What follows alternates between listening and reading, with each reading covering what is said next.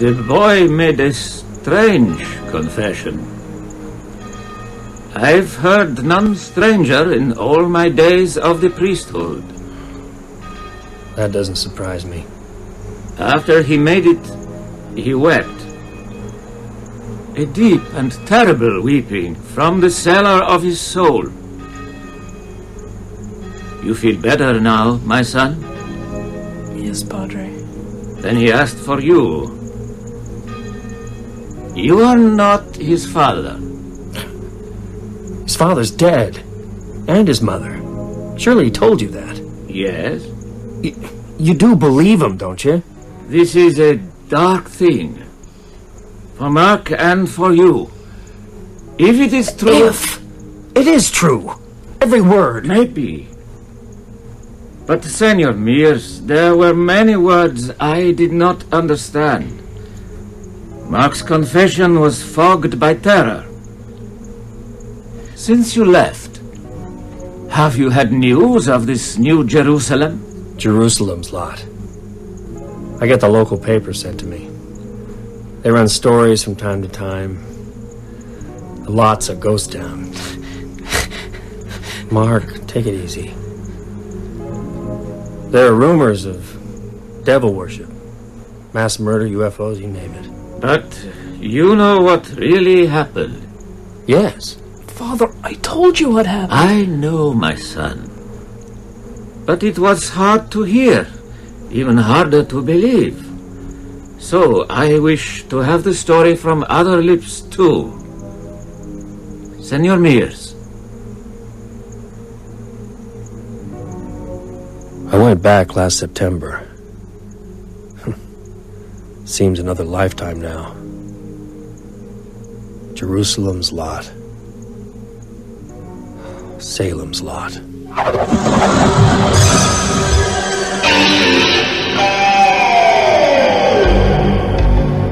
Stephen King's Salem's Lot. Dramatized in 7 episodes by Gregory Evans.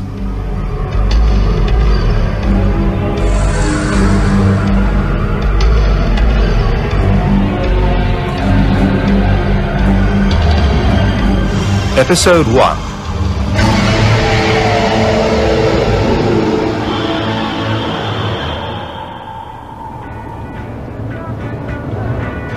I remember seeing the sign on the turnpike.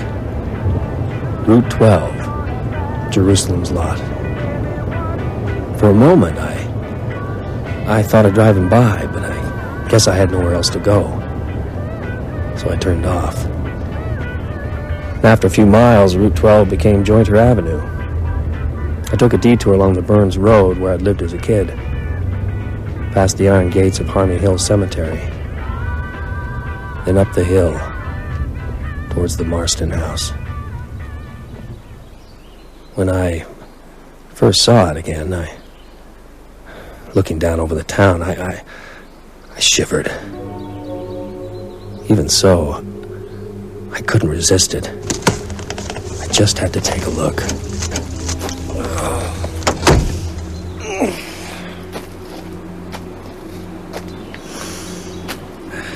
Hey, mister! I hope you're not contemplating going further. Why not? This is private land. Oh, always was, but as I recall, no one seemed to pay much mind. Oh, that's so? Well, they do now. It seems like you've been here before. Yeah, I used to live in the lot years ago. Ben Mears. Larry Crockett, real estate. How do you do? Yeah, I'll be staying a while. Need a place to live. I don't suppose... The Marsden house? Yeah. Look at it, Ben. Who'd live in that? You'd never sleep nights. It's in a good position. Yeah, it's not for rent. It's just been sold. Sold? You're kidding. Who bought it? Look, Ben, here's my card. Oh, thanks. I've got an office on Joiner Avenue. Call in, and maybe I can fix you up. I turned from the Marsden house and drove down the hill into town. It was a few days later that I saw the girl watching me. I was sitting on a bench in the park. She was nearby, in the shade of a gnarled old elm. reading a book. She kept glancing up. I usually don't speak to strange women, but, do we know each other? No, I mean, that is... It's just that, you've been looking at me for 15 minutes now, and, well, it's very flattering. You're Benjamin Mears, right? Right, how'd you know? I'm reading this. There's your picture on the jacket. I couldn't believe it, but now I do. Would you autograph it for me? Oh, yeah, sure. Hey, a library book? Well, I'll buy them a new one. What's your name? Susan Norton. There. Oh, thanks. It's awfully good. Well, I'm glad you think so. I loved Conway's Daughter, too. Ah, that's the minority view. Look, Susan, can I buy you an ice cream soda? I was just getting a hanker for one. It was then in that soda parlor that I first saw Mark. To be honest, I hardly noticed him. I only had eyes for Susan. I bet you don't even remember. Too busy with my friends. One of them was Denny Glick. Strange. Yeah. How could we have known that in just a few weeks, our lives would all be tangled up together? I know, that's so annoying, just because he's younger than I am. Anyway, I got a new one, the Ghoul. Cool, what's it like? Oh, all fangs and claws, walking through a graveyard. I haven't painted yet, but I'll need lots of red, because it's so cool. I plan to go to New York. Maybe next year. You don't like the lot? No, I love it. I've lived here all my life. But enough of me. How about you? Me? What's a big city novelist doing in the thriving community of Jerusalem's Lot? Population 1,300.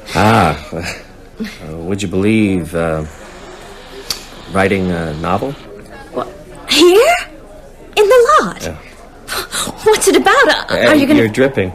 Oh, thanks. Sorry. I didn't mean to pry. I'm not usually gushy. No apologies, please. When I was a kid, I lived here, on the Burns Road, out near Harmony Hill. There's nothing there now but a little graveyard. Yeah, I know. Went out to look. Well, don't stop there. Why did you come to live in the lot? How long were you here? My dad died when I was 7. My mom had a sort of breakdown. While she got her act back together, she farmed me out to my Aunt Cindy. Cynthia Stowens. I stayed with Aunt Cindy for 4 years. She put me on the bus back to my mother about a month after the big fire. I cried when I left the lot. I was born the year of the fire. Biggest damn thing that ever happened to this town, and I slept through it. Your aunt's house burnt down? Yeah. And now you've come back here to write a book? Yeah. Why? Why? This place is my childhood, just like it's yours. That means it's haunted for me. You know, when I came back last week, I almost drove right by. I was afraid it'd be different. Things don't change here.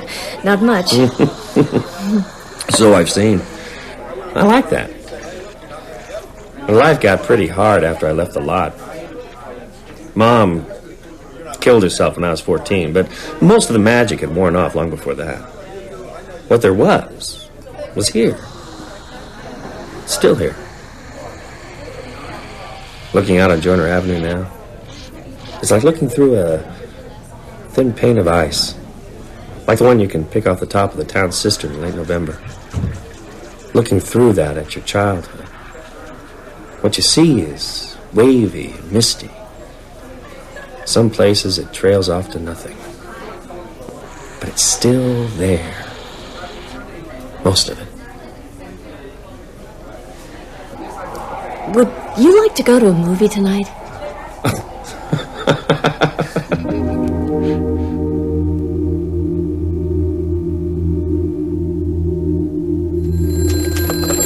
Larry Crockett, real estate. Straker. Wait, I'm not alone. Now get yourself a cup of coffee. I just come in. Move your cute little butt out of here now. Oh, and get me one while you're at it. Mr. Straker, glad to hear from you at last. No, you're not, Mr. Crockett. Not glad, not surprised either. You got my letter? Came last week. You've done what I asked. Sure, everything just like you said, Mr. Straker. Had the poster made up. Very classy. Opening in 1 week, Barlow and Straker Antiques. Browsers welcome. You will put it up tomorrow in the window of the shop. Consider it done. As for the Marston I put padlocks on all the doors. Got the keys right here. Unnecessary expense, you ask me. No one goes near ask Mr. Crockett. I will collect the keys this afternoon. So you're moving in at last. Folks have been wondering... Mr. Crockett, let me remind you of what I said at our first meeting. You will not speak of our little deal, nor of myself and my partner, Mr. Barlow. You will do as I ask, and you will keep quiet. Mr. Straker, you're not from these parts. This isn't Boston or New York. Sure, I'll keep quiet, but folks will still talk. There's gossip already. The ignorant tattle of the townspeople is of no consequence. Mr. Crockett, do as I ask, and you will be a very rich man. But talk about it, and I will ruin you. Understood? Understood. But remember, I made a condition here, too. Whatever you're doing in that house, making bombs or moonshine or $20 bills, I don't want to know. Agreed? Agreed. See you later, Mr. Crockett. My mama warned me about deals with the devil.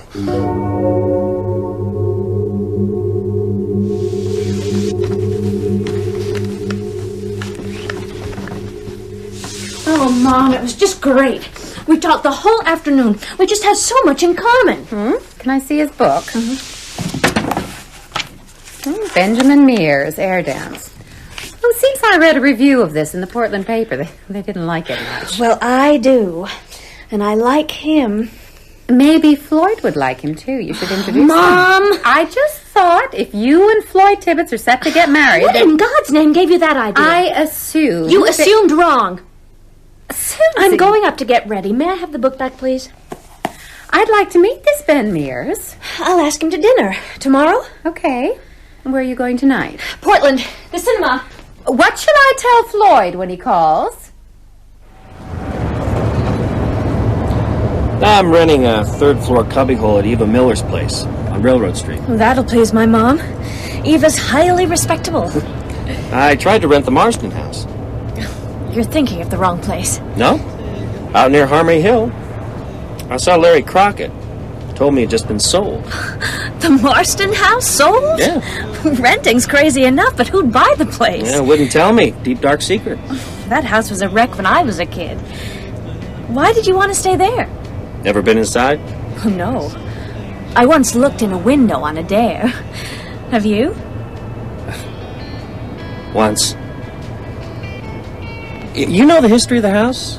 What happened there? Yeah, a guy called Marston had it built in the 30s. Hubert Marston, 1928. Go on. He was a recluse, went soft in the head, killed his wife and then himself, right? More or less. You know Marston's occupation? A retired gangster. Made his money running whiskey from Canada during Prohibition. Yeah, I heard that story. Isn't it true? Could be. Seems kind of innocent, though, from what I've heard of Hubie Marston. What have you heard? The murder happened in the summer of '39. The mailman called Larry McLeod smelled a bad smell. Larry tried the front door, then went round the back. Luckily for him. Why luckily? In the kitchen, Larry found Bertie Marston, Hubert's wife. Half her head was blown away. Oh, God. Been dead for days. Larry fetched Norris Varney, who was constable at the time, and they went in together. You've certainly done your homework. There was a fortune hidden in the house. Wow. I never heard that. When they went into the hall, they saw how lucky they'd been. The shotgun that killed Bertie was pointing straight at the front door. It had been lashed to a chair with a string from the trigger to the doorknob. Hubie was more than just soft.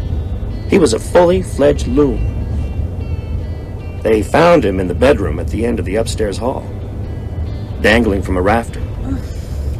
How do you know all this? Well, like you said, I've done my homework. I read the papers of the time, spoke to a few people. Which people? The mailman, Larry McLeod, and Constable Varney's widow. This is for your book. You're writing about the Marston house, aren't you? No comment. Not yet, anyway. Well, if you won't tell me that, tell me about when you went into the house. Ben? Okay. If you really want to know, but I don't think I can talk about that and drive. Let's find a place to pull up.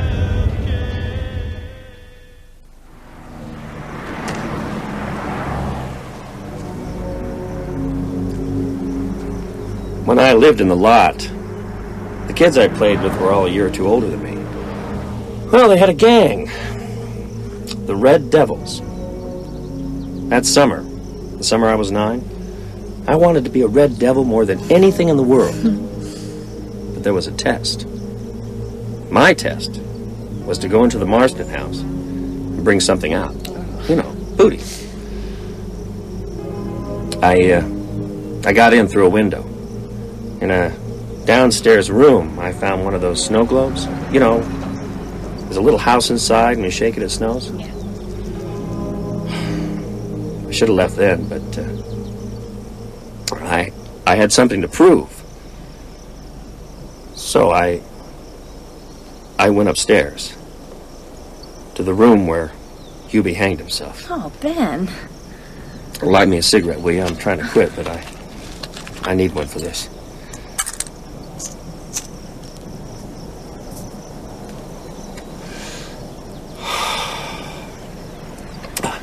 I was scared witless. I didn't dare look behind in case I saw Hubie Marston shambling after me with a noose. At the top of the stairs, I got all my courage together and ran down the hall. I meant to dive into the room and grab the first thing I found and get the hell out. But the door was jammed. I pushed and pushed until suddenly it flew open. And there was Hubie, hanging from a beam. I could see his body outlined against the window. Ben, don't. Susan, it's the truth. The truth of what I saw then and what I remember 24 years on. Hubie, hanging there. Face green, eyes puffed shut, hands livid. Then he opened his eyes.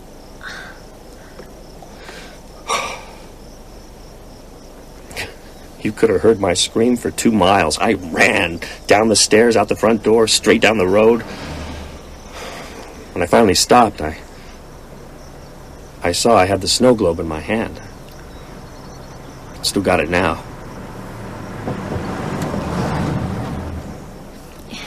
You don't really think you saw Hubert Marston, do you, Ben? Well, I don't know. Probably I was so keyed up that I hallucinated, or maybe it's true that houses absorb the emotions that are spent in them, and they hold a kind of dry charge. And the right person, an imaginative boy, for instance, can release that charge. I don't mean ghosts. More like a kind of psychic television in 3 dimensions. I slept with the light on for weeks after that. I've dreamed about opening that door on and off ever since. Whenever I'm in stress, the dream comes. Oh, that's terrible. Yeah, not so terrible. We all have our nightmares. Hey, come back to Eva's and sit on the porch for a while. I can't ask you in, house rules, but I got Coke in the icebox and some Bacardi in my room if you'd like a nightcap.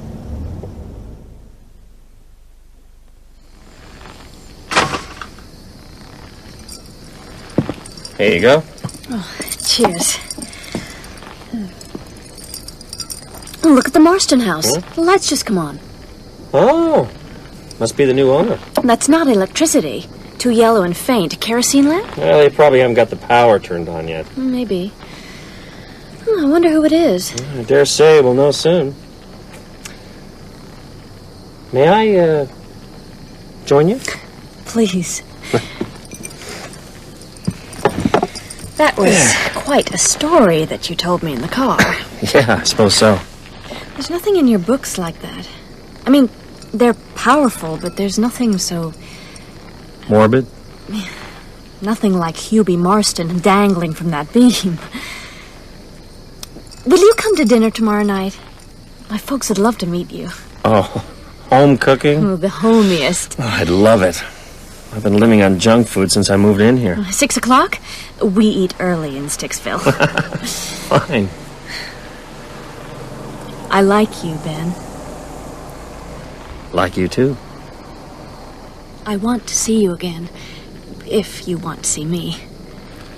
I do. But go slow. Remember, I'm just a small-town girl. Am I supposed to kiss you now? Yes. I think that comes next.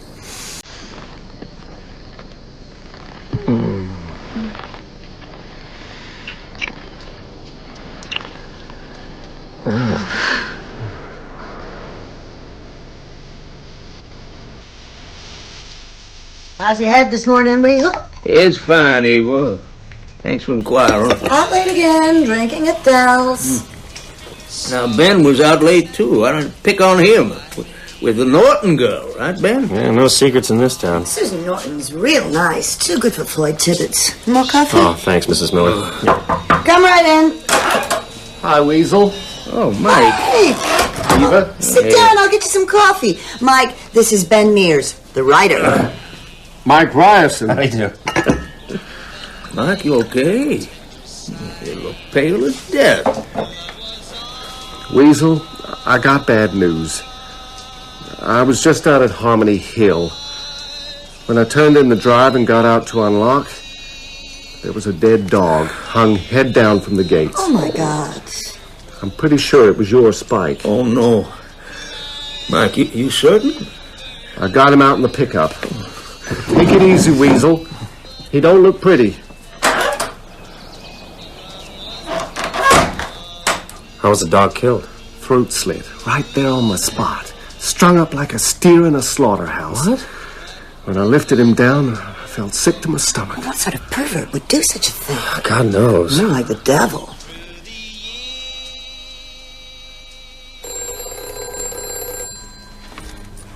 Yeah, Larry Crockett. I need a service. Straker, I was just thinking about you. Maybe I'm psychic. You will procure a truck. A big one. Have it at Portland Docks tomorrow night. Yeah. Custom House Wharf with 2 men. I got that. There are 12 boxes to be picked up. 11 are to go to the shop. The other contains a valuable sideboard, Hepplewhite. Your men will know it by its size. This box must be taken to the house. I got it. I want it in the cellar. Your men can enter through the outside cellar door. Mr. Straker, The this padlock on the door will be left unlocked. It is vital they lock it behind them, understood? Understood. Follow all directions exactly. Now, Straker, wait. Have a nice day. This is the first time we've seen a real live author up close. Don't worry, Mrs. Norton. I don't quote from my own works. Hi there. Bill Norton. Oh, hi. Oh, pleased to meet you. Ben Mears. I'm just fixing a barbecue. Oh, can I help? Why not? Come on out. Like a beer band? Oh, I'd love one. 2 or 3 even. Okay, you're my man. That's great. Do you hear about Weasel Craig's dog? Spike, has he run off again? He's always doing that. No, he was killed this morning. Hit with the car? No, sacrificed. What? I don't know about that, Mrs. Norton. Mike Ryerson went out to the cemetery early and found Spike hanging off the gate, ripped right open. I heard Parkins Gillespie was of the mind that the dog had run down and a bunch of kids strung him up for a joke. Parkins Gillespie is a fool. Maybe so. I'll get it. Only last week I read about devil worship in some little town in Florida. Kids broke into a church and held unholy rites. You've been reading those papers at the supermarket checkout. It was the Portland Herald. One dead dog doesn't prove Satanists have come to the lot, Mrs. Norton. So what's your explanation, Mr. Mears? Well, you're a writer. I'm sure you can come up with something. Who was it, dear? Talk of the devil. What? It was Parkins Gillespie. The Glick boys have gone missing. Danny and What's the little one called? Ralphie. Yeah. Went to a friend's house after school. Should have been home 2 hours ago. It seems they took a shortcut through the woods. But there's a good pass, and the stream's almost dry. They're probably hid out somewhere smoking cigarettes. But the Glicks are worried.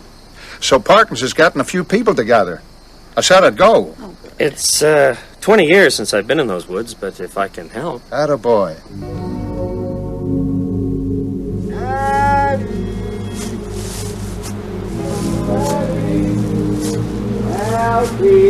Danny!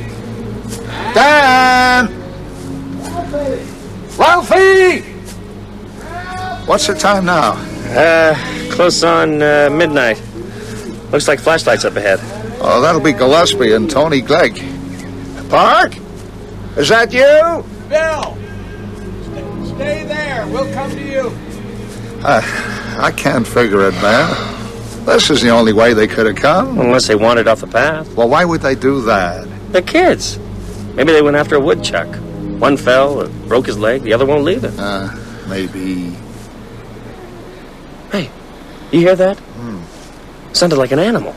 Well, that's the trouble. Wood's full of them. Any point in searching off here? Oh, not in the dark. Too many deadfalls. Well, Ben, take care. You'll break a leg. Found anything, Bill? Nothing. Marjorie will be frantic. When I find those kids, they won't be able to sit down for a Tony week. Cullen. I'm sure the boys aren't to blame. And there's something here! Ben? One of the boys! Thank God. Is he okay? He's out cold! I'm bringing him over! It's Danny. Here. Lay him down on my coat. Yeah, okay. Son, are you all right? Danny, speak to me. Well, he doesn't seem to be injured. Came out of the Thank woods. God. Out of the dark. The bad thing. What bad thing? The boogeyman! The boogeyman. He's not making sense. He's in shock. Something bad must have happened. Danny, where's Ralphie? What's happened to Ralphie? Gone! Ralphie's gone! Gone! The boogeyman got him. Ralphie's gone!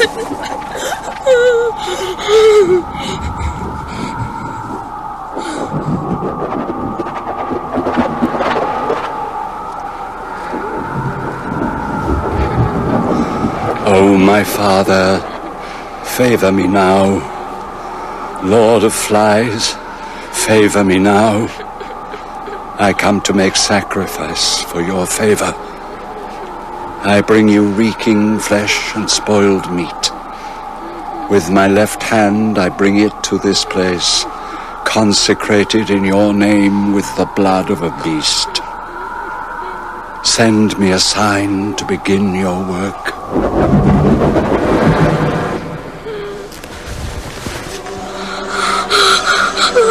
I bring you this.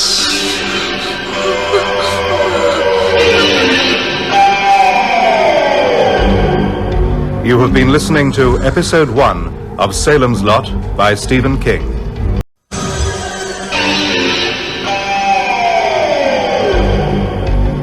Stephen King's Salem's Lot. Dramatized in 7 episodes by Gregory Evans.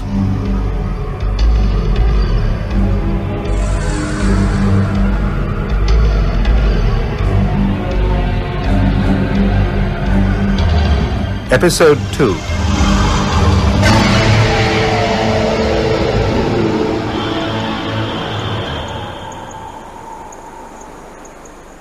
That's when it all started. The night Danny and Ralphie Glick went missing. Did you know those poor boys, Mark? They were my friends. It was my house they'd been to when they walked off into the woods. Looking back, I guess that wasn't really the beginning. The evil in the Marston house had been there for decades, waiting for something to release it. The other evil. The greater evil. What of the 2 boys? We found Danny that night, like I said. We searched for a week for Ralphie. The police dragged the river. Volunteers combed the woods and fields.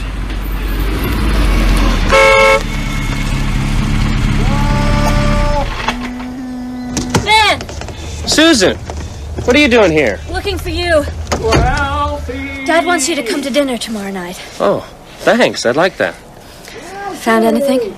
Oh, not a trace. Do you think he's dead? Yeah. I think Ralphie Glick is dead.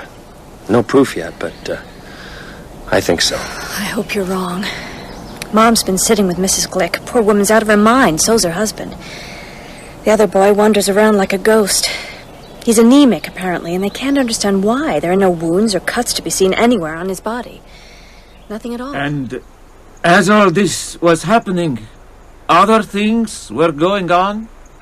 Yes, Father. Bad things. Though I didn't know it then. Despite the business with the Glick boys, those first few weeks were happy. I was glad to be back in the lot, my book was going well, and there was Susan.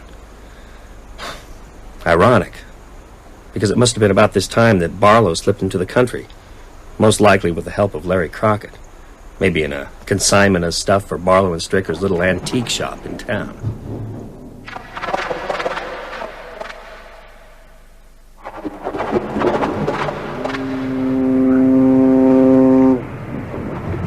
Here they are. 12 boxes. Name of Larry Crockett. Sign here. Here's your invoice. Don't strain yourselves. Hey, Mike, ain't that private? We gotta make sure it's the right stuff. We screw up and Larry'll tack our asses to his bulletin board. Polish rocking chair, German clock, spinning wheels, sideboard. Jesus, Mike. Tourists. You could sell them a bag of cow shit if it was an old bag. Hank, there's no customs stamp on this one. Which? The big one, the one for the Marston house. All the rest are stamped every which way. This one's clean. For God's sake, Mike, who the hell cares? Let's just get this junk on the truck.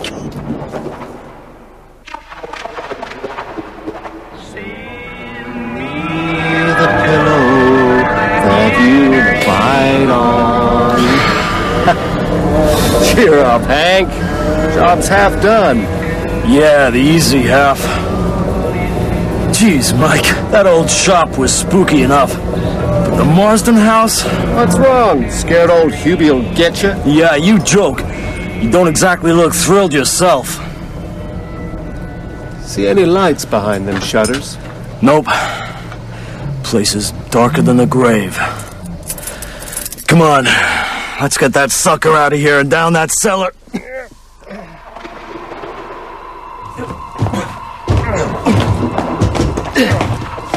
What's in this thing, for Christ's sake? It's not the weight. It's this place.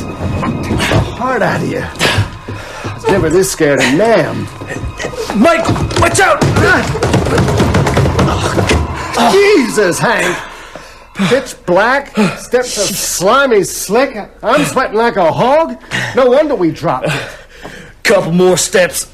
We're down. That's it. I'm out of here. Mike, wait. Larry wants it. Larry wants it someplace he can put it there himself. Come on. Oh, my God. Oh, no. Jesus. Mike. Mike, wait for me!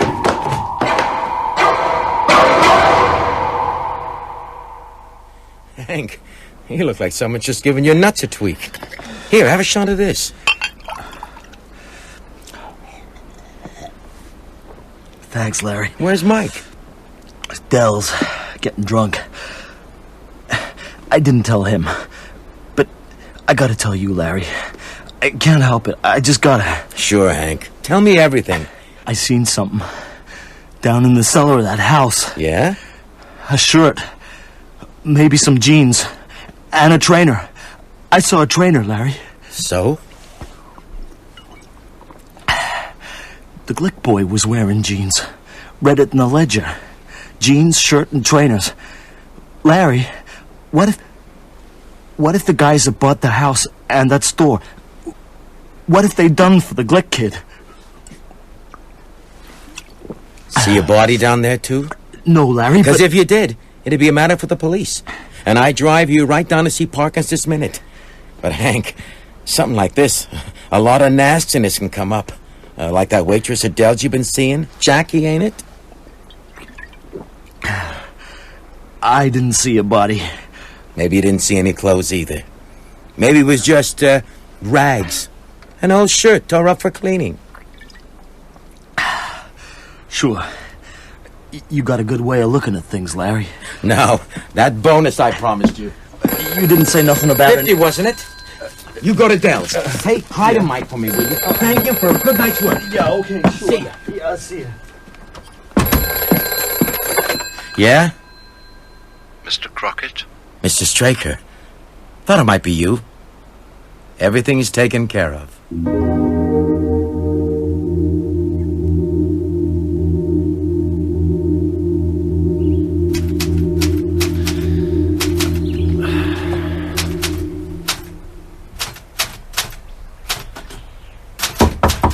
Come in. Morning, Mr. Mears. Eva told me to come up. Constable Gillespie. It's a surprise? Well, my wife just read your book, Air Dance. Oh? She's kind of shy. She thought maybe you might sign it. My pleasure, Constable. Let's see. There you go. Though the way Weasel Craig tells it, your wife's been dead for 15 years. Weasel say that? Uh-huh. You're here to brace me. I'll ask a question or two, yeah. Like, where were you the night that Ralphie Glick went missing? From 9:30 on, I was searching the woods with you. I was thinking of a little earlier, Mr. Mears, say, between 6 and 7. Am I a suspect? I ain't got no suspects. Thing like this, I'm out of my league. Catching drunk drivers out by Dell's is more my line. So, where were you? Well, suppose I don't want to tell you. I might think you had something to hide. Now, you know the older boy's dead, don't you? Danny Glick? No, I hadn't heard that. When? Early this morning. The doc out at Central Maine General said the kid was looking better, too. Got some color back in his cheeks. There's no accounting for it, is there? I've got nothing to hide. I'm just tired of being the stranger in town. Pointed out in the street, nudged over in the library. Now you want to know if I got Ralphie Glick's scalp in my closet. Look, the night the kids went missing, I was having dinner with Susan Norton and her folks. At the Nortons all evening, were you? From about 7 until I got the call from the Glicks. And before 7? I left here around 6. Walked to the Nortons by way of Schoolyard Hill. Well, that's a bit of a detour. It was a fine evening. I felt like a stroll. Anyone see you? Well, not as far as I know. Well, that don't clear you as well as I'd like. What are you writing about here? Hey, none of your damn business. You keep your hands and your eyes off it, unless you got a warrant. You're kind of touchy, aren't you, for a man who writes books to be read? When it's in print, I'll see you get 4 signed copies. Till then, it comes under the heading of private papers. Fair enough. For the record, I don't think he ever saw the Glick boy, but it's my job to ask. Yeah, understood. Mr. Mears, in a pissant little burg like Salem's Lot, you're the stranger in town till you've been here 20 years. I won't keep you from your work. I gotta make another call.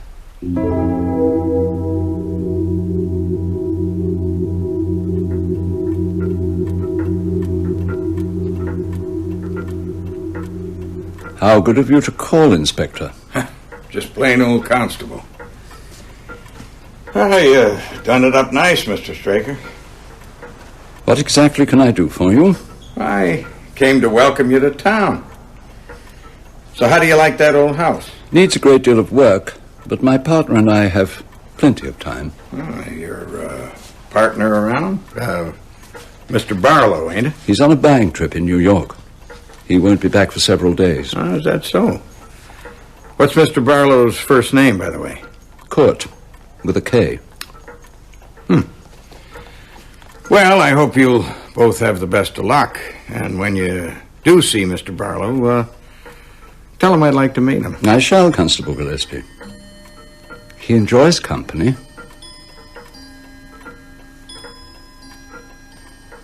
Mom said Parkins Gillespie was checking up on you today.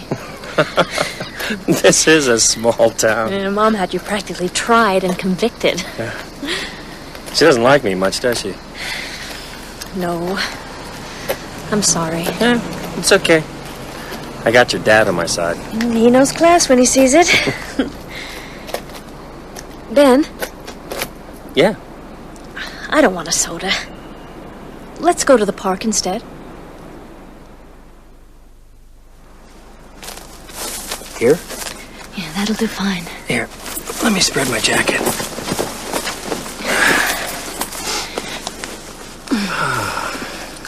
So, what's this new book about? Oh, single-minded sort of girl, aren't you? A subject changer. Okay, I'll tell you. Just let me think how to put it together. Can you kiss me while you think? Probably not. We could give it a try. Ben.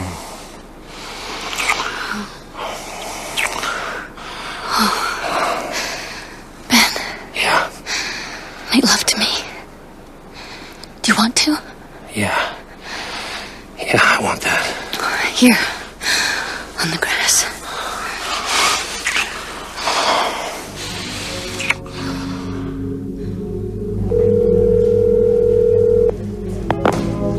FBI Portland. Hello there. This is Parkins Gillespie. I'm a constable at Jerusalem's Lot Township. We got us a missing boy up here. Ralph Glick? That's him. That's him. Can you check on some fellas for me? That's why we're here. All right. Benjamin Mears. That's M-E-A-R-S. He's a writer. The other two are sort of stapled together. Kurt with a K, Barlow. You were going to tell me about the book before we got so sweetly distracted. Well, it is about the Marston house. I thought so. You know so much about it all, about Hoobie, about the past. I did a lot of research. How? I talked to the Boston police, but mostly I talked to an old woman named Manella Corey, Bertie Marston's sister. 79 years old and sharp as a pin. Hubie was a mobster. I told you so. Yeah, but he didn't run liquor. He was a contract killer. No. In the late 20s, Hubie was arrested a few times by the Boston police for gangland killings. Never charged. The thing that finished him wasn't business at all. It was the brutal and sadistic murder of an 11-year-old boy. Oh, Ben. Hubie's employers got him off the hook. He moved to here, lived quietly. Or, so people thought. What do you mean?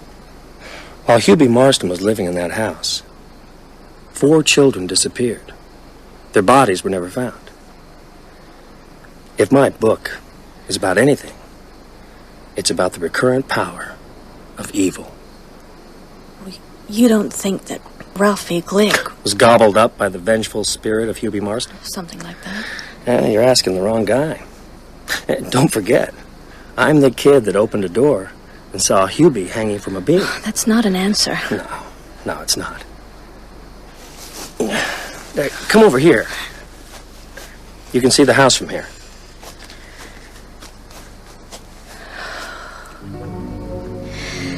There's something about it. Chilling. I believe that the evil man lives on. I think that house has been sitting up there all those years, holding the essence of Hubert Marston's evil in its old, moldering bones. I thought I'd come back here, maybe rent the house and, I don't know, confront my own terrors, I suppose, or tap into its atmosphere and write a book scary enough to make me $1 million. Whatever. I felt I'd be in control of the situation. But now... Now what? Now the Marston house is occupied. A child has disappeared, and I don't know what to make of it. Maybe it's got nothing to do with that house, but I don't believe it. What then? Ghosts? Spirits? Not necessarily. Maybe just some harmless guy who admired the house when he was a kid, bought it, and became, possessed. Do you know something about... The new tenant? No. I'm just guessing. But if it is the house, I'd rather it was possession something else. What? Perhaps it's attracted another evil man.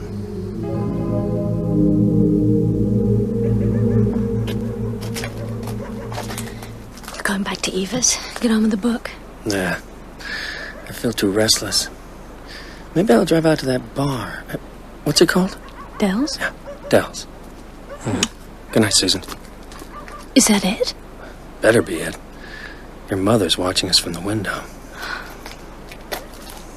Ben. Yeah. I love you.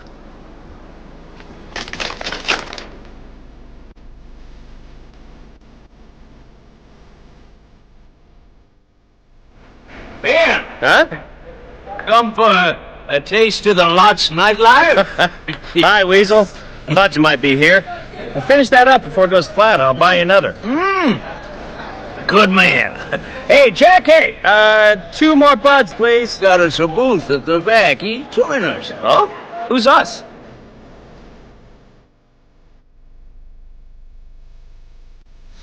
Matt Burke. Glad to meet you, Mr. Mears. Ben, please. Ben writes books. I know. I've read one of them. Oh? Which one? Air Dance. I hope you liked it. I did. Better than the critics, apparently. Oh, ouch. Matt teaches high school English. Oh? And you and him should have a lot to talk about. Now, if you'll excuse me, I gotta take a leak. There goes the wreck of a fine man. Yeah, I like Weasel. What happened to him? No mystery there. The bottle got him. I understand you're writing a book about the Marston house. Good God, who told you that? Well, how does that old Marvin Gaye song go? I've only told one person. You certainly didn't hear it from her. Are you psychic or have you got good spies? Oh, the best. Loretta Starch, your lot librarian. Oh, yeah. She tells me you've been scouring the Cumberland Ledger for articles on that ancient scandal. I know you're an author. I put 2 and 2 together. Jacket! That was a terrible thing. It stayed in the town's consciousness. Small towns like the hoard, nastiness, and scandal, of course. Yeah, Mr. Burke? 2 more beers, please, Jackie. Oh, lovely girl. I used to teach her. Her mother, too, come to that. What was I saying? The Marston house. Oh, yes. Hubie Marston's crime has left a particularly deep scar on Salem's lot. I sometimes wonder if it's all to do with the geography. Well, I know what you mean. The house stands on that hill overlooking the town like some kind of dark idol. You got it precisely. The Marston house has looked down on us all for over 50 years. On all our crimes, sins, and lies. Like an idol. Mr. Burke. Yes, Jackie? It's Weasel. He's passed out in the men's room. Can you come and give a hand? Oh,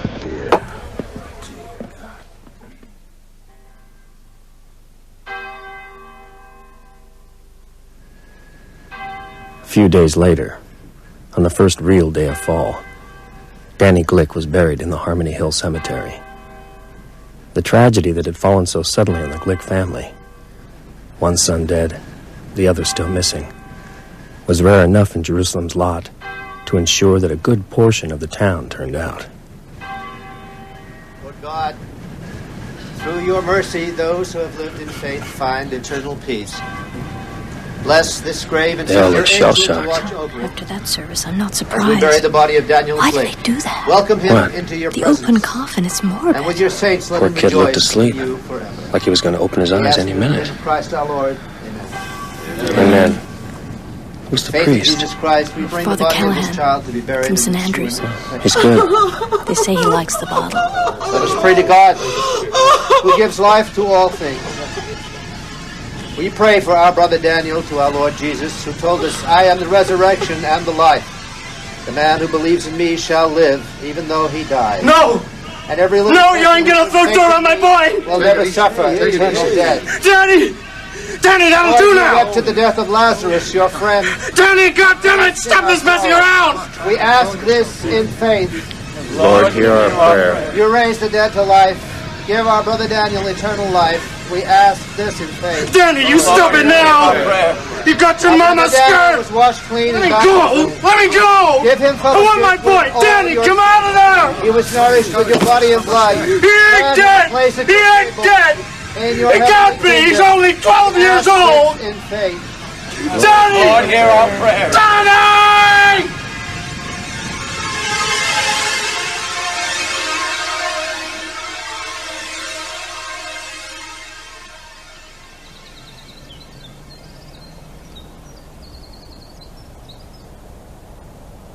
You all right?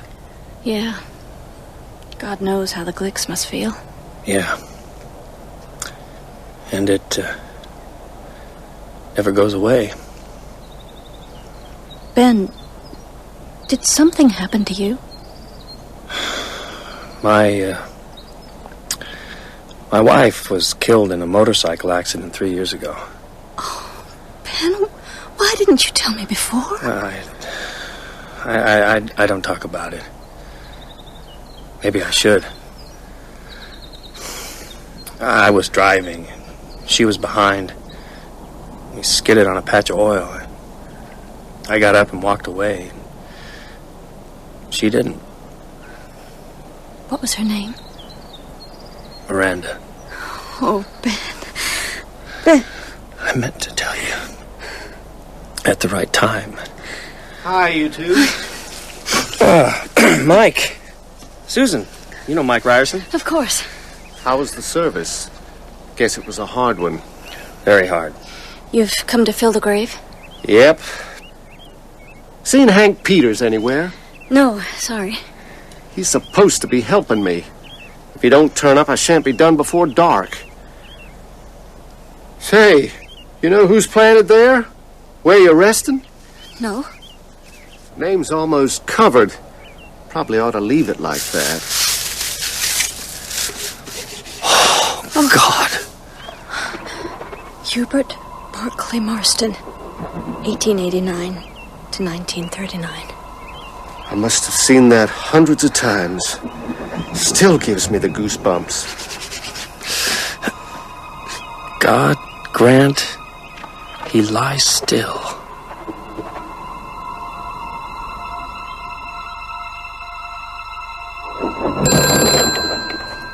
Constable Gillespie? Yeah? Agent Hanrahan. Hmm. I've got the information you requested. There's not much of a hook. Well, just give me what you got. Benjamin Mears, involved in a motorcycle smash in upstate New York, 1991. His wife was killed.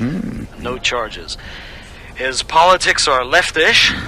You want details? No. What about the other two fellas? Kurt Barlow, British citizen, born in Germany, or further east, fled to England in the war, probably in his 70s. Dates are a little vague. Been in the import-export business in London for 30 years, most of that time with Straker. Straker seems to be the fellow who deals with the public. Barlow's rarely seen. Oh, is that so? Richard Throckett Straker. British by birth, 58 years old. They both applied for U.S. visas 18 months ago. That's all we've got. Except that they may be an item, if you know what I mean. Yeah, that's about what I thought. And no known connection between them and Mears. You need more help, just call.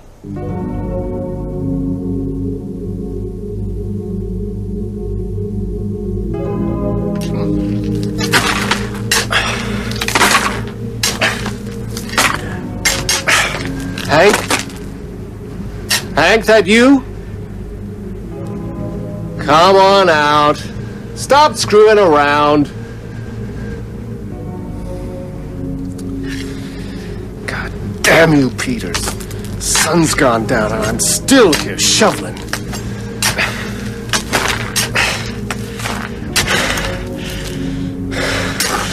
Look at it. Damn waste.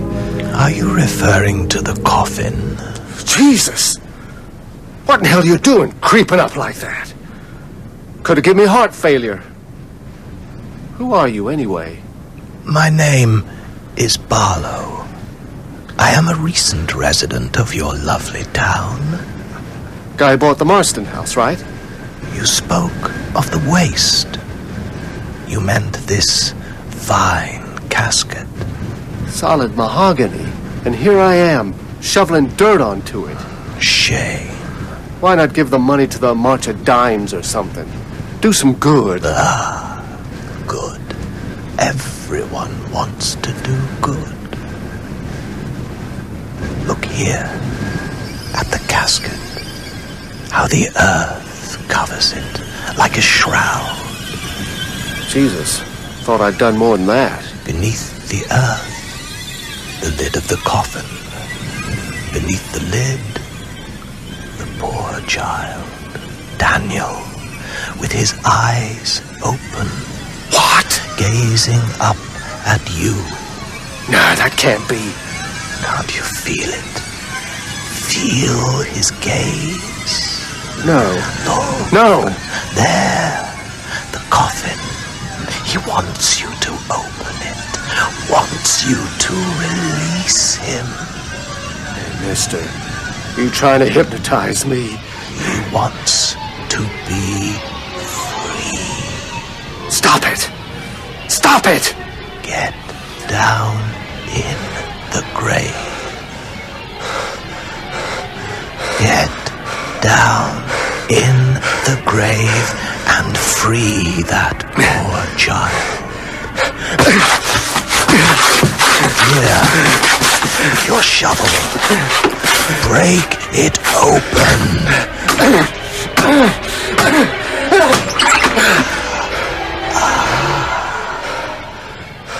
Daniel, welcome.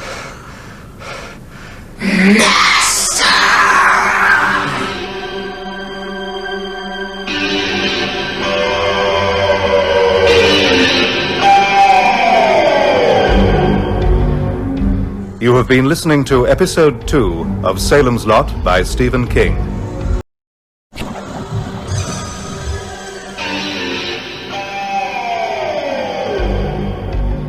Stephen King's Salem's Lot.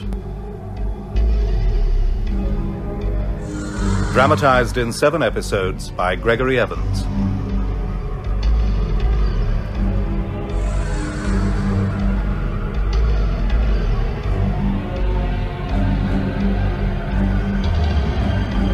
Episode 3.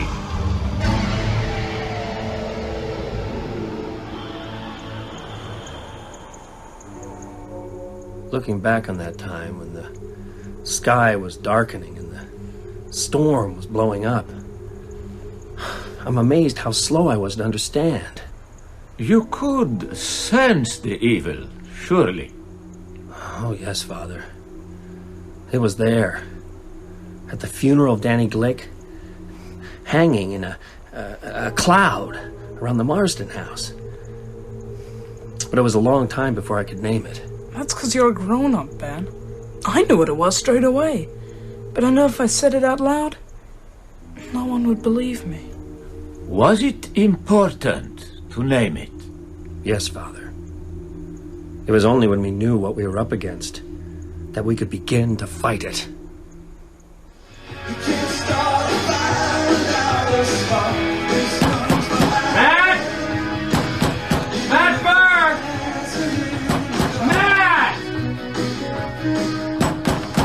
Ben! It's open! Come on in! Matt? Hi. Thought I got the wrong place. Why? Oh, the music. Yeah, I expected, I don't know, something a little more sedate. Well, I've been a rock fan since Buddy Holly. Great music. No argument there. Dinner will be 15 minutes. Great. In the meantime, why don't you fix the drinks?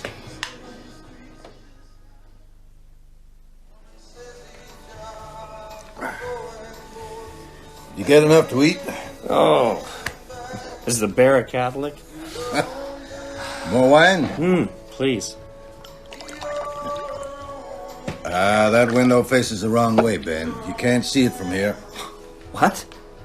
The Marsden house. I bet you nickel that's what you were looking for. No bet. Tell me about your new novel. Is it connected with the house? Yeah.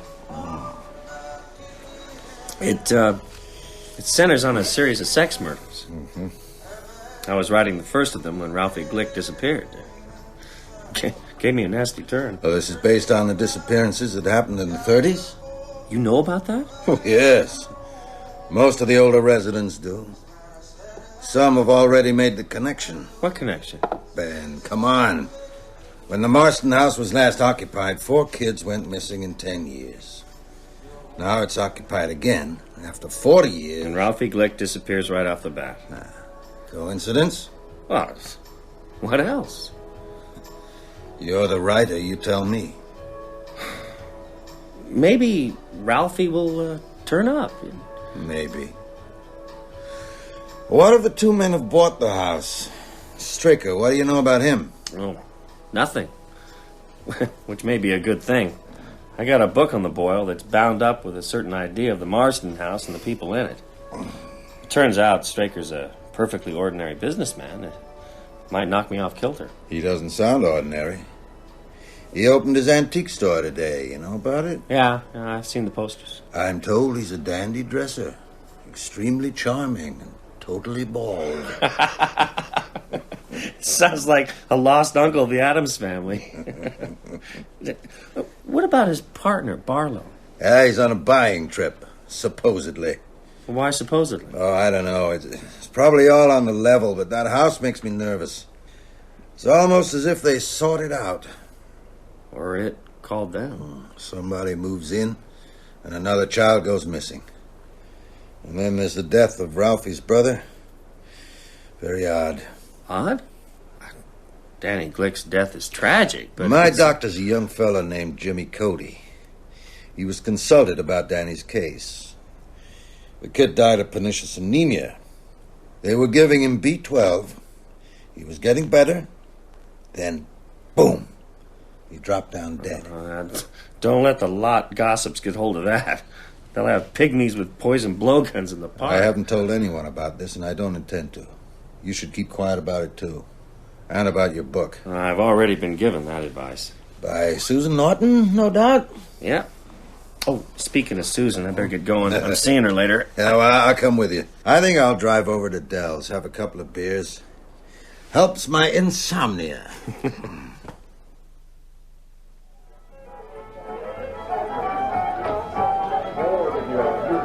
Glass or pitcher? I'll make it a pitcher, Dell, and have something yourself. Thanks, Matt. Matt, do me a favor. Yeah, if I can. Mike Ryerson's over there, third booth along. Talk to him, will you? I reckon he's on something. Something bad.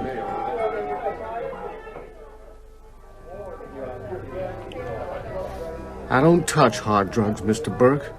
Just grass. And I ain't had any of that for months.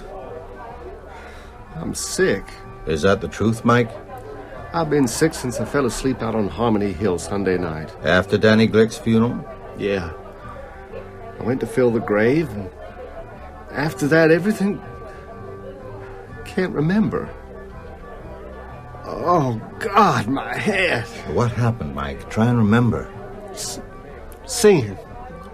Remember singing. What? Sweetest singing I ever heard. And a feeling like drowning. Only it was good. Woke Monday morning, lying on the ground.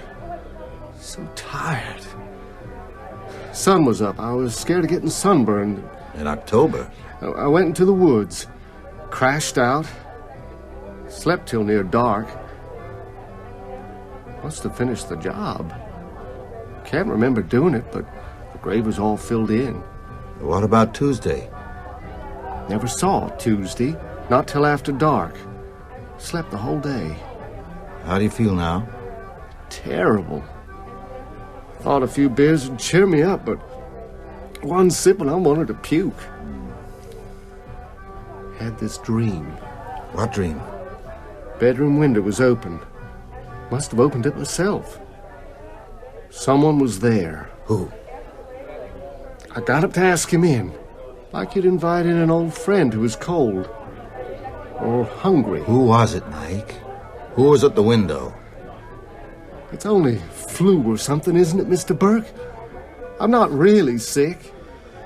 I don't know. Oh, God, I'm scared. I'm so scared. Mike, you need a doctor. Come home with me. You can sleep in my guest room tonight. Tomorrow I'll call Dr. Cody. Will you do that? If you say so.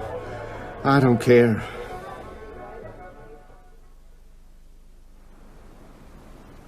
I got you some pajamas. It's okay, Mr. Burke. I always sleep in my skivvies. My God. You look like you haven't eaten for months. Mike, turn your head. Where did you get those marks? What marks? On your neck. Scratches. No. They're more like... Look in the mirror. Never seen them before. They don't hurt none. What you doing, Mr. Burke? Closing the window. I like a bit of air. Oh, it must be shut. Mike, if anything happens in the night, anything, call me, right? Right, Mr. Burke. Even if it's just a bad dream. I mean it. I'll be in the room next door.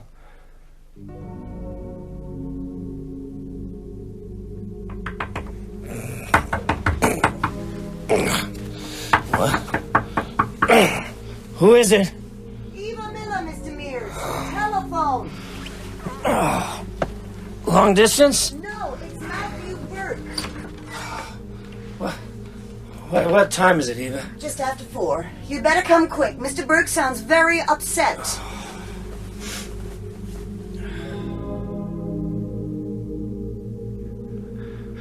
I can't tell you. Not on the phone. Just come. 10 minutes. Ben. Yeah. Have you got a crucifix? What? No, I'm a Baptist. I was. Get one. Matt? Who's that? It's me. Jesus, Matt, put that away. Is it loaded? Yes. Though it'd do no good.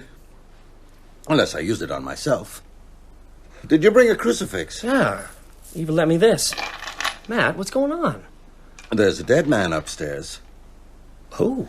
Mike Ryerson. Are you sure he's dead? Yeah, in my guts, yes. I haven't looked in on him. I'm too scared. Because in another way, he may not be dead at all. Matt, you're not making any sense. Well, none of this makes sense. In all of Salem's lot, you're the only one... Ben, remember we talked about Danny Glick? Yeah, I remember. How he died of pernicious anemia? Yeah. Mike Ryerson buried Danny. So what? Matt, what are you telling me? After you left me earlier tonight, I drove out to Dell's. Mike Ryerson was there. He was looking bad.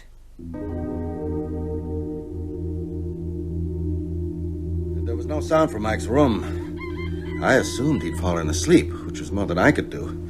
I had all this stuff spinning around in my head, literature and fables and folklore, Coleridge's Christabel, Bram Stoker's evil fairy tale. Then out of the silence, I heard Mike's voice. He said, "Yes, come in." Who to? I don't know. But I heard the window in the guest room being opened, and I started to pray. I couldn't help myself. You didn't go and look? Ben, I was paralyzed with fear. I've never been so afraid. There was a silence. And then I heard a laugh. The high, sweet, evil laugh of a child. Oh, Matt. Ben, it all points to one thing. Mike's story, the marks on his neck, those noises. No. Matt, that's not real. Well, there are monsters in the world, yes. Torturers, mass murderers, child molesters, but not this. Not this. You got any other ideas? What did you do then? I sat on my bed for 4 hours. Then I crept downstairs and called you. We better go up and take a look. Dawn's coming up. Yeah. It all seems like a terrible dream. Well, maybe it is. Maybe Mike's up there sleeping like a baby. Ben, could I wear this? Sure. Makes you feel better. It's odd. I'm not a believer, but it does. Hey, you think they'll let me wear it in the funny form? You want the gun, too? Oh, no, I'd probably stick it in my belt and blow my balls off.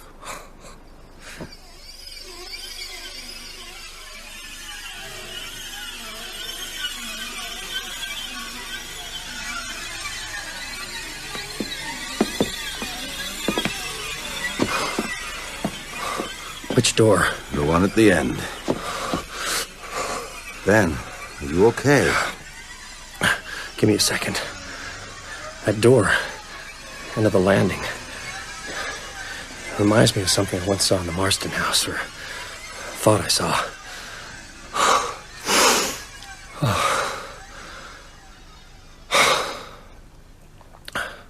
Fine now.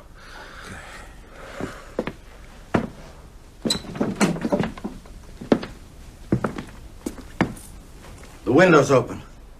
Look, Matt. He's fine. Just asleep. It was closed and locked, I made sure. You said he was sick.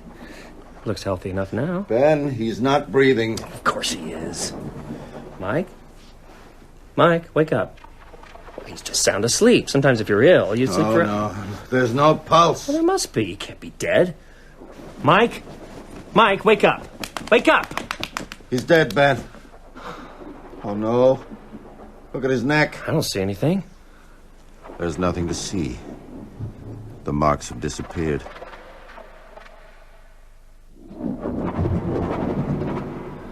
There was, dried blood on the sheet. One spot. Did you see that? Yeah. According to folklore, the marks disappear when the victim dies. When he I know, I've seen the movies. We must drive a stake through his heart. That's desecrating a corpse. You could end up in jail or a padded cell. You think I'm crazy? No. Do you believe me about the marks? Well, why would you lie? There's no gain. Unless you killed him. Maybe I did. Well, I can't see why or how. And anyway... Anyway what? No murderer in his right mind would invent a story like yours. We keep coming back to my mental health. Matt, are you sure Mike Ryerson wasn't sick with some virus and just happened to drop dead in your house? Ben, I told you what he said. I saw the marks on his neck. I heard him invite someone in. And then I heard that laugh. I'll whisper to this and people will think you're insane. So there's nothing to be done? You have a theory about who or what killed Mike Ryerson. It can be proved or disproved. I don't believe you're mad. But I also don't believe in vampires. There. You've said it. So, we must put your theory to the test. How? Call your doctor. Cody? Yeah, Jimmy Cody. Call Parkins Gillespie, too. Tell them you went to Dell's and saw Mike was sick and brought him home. Around 3 a.m, you went in to check on him. You couldn't wake him, so you phoned me. That's all? That's all. Don't even tell him Mike's dead. Ben, how can I not... Christ, it doesn't even look it. Looks like he might get up at any moment and stroll away. That bothers you too, doesn't it? Oh, it bothers the hell out of me. Suppose I do all that. What then? There's an autopsy, and if Mike died of some disease, they'll find it. And if they don't? Then we'll watch Mike's grave to see if he rises up, or whatever vampires do. If he does, which I can't imagine, we know you're right. If not, then we're faced with... the fact of my insanity. I'll make those calls.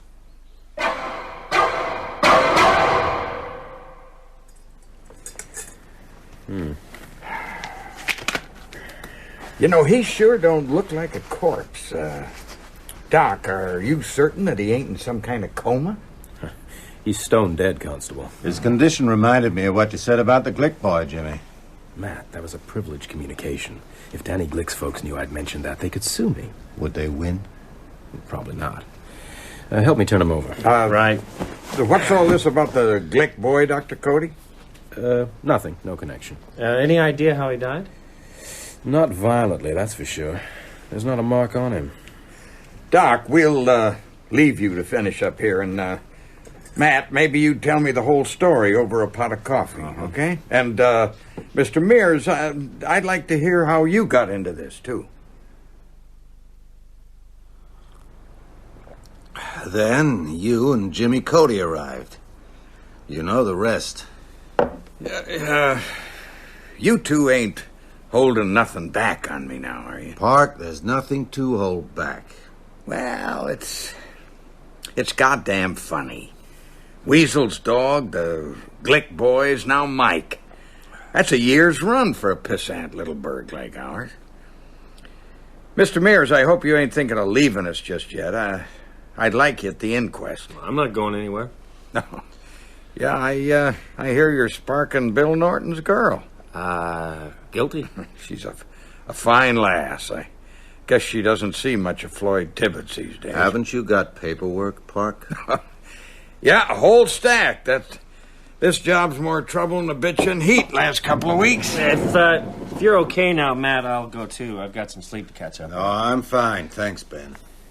It's strange about the Marston house, ain't it? How's that? Well, all this trouble. It started when those folks moved in. Maybe that old house has got a hex on it. How are you? Take 30 here in Portland. And today we've got a great lineup of songs for you. And singers, we've got Barry Manilow and Diana Ross coming up in the next few minutes. And in a minute we'll have Barbara with the...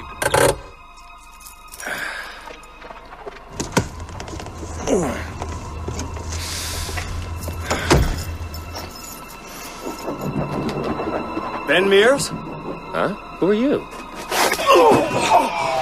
Son of a bitch, you stole my girl. Oh, Floyd! Floyd, wait! I'm gonna kill you.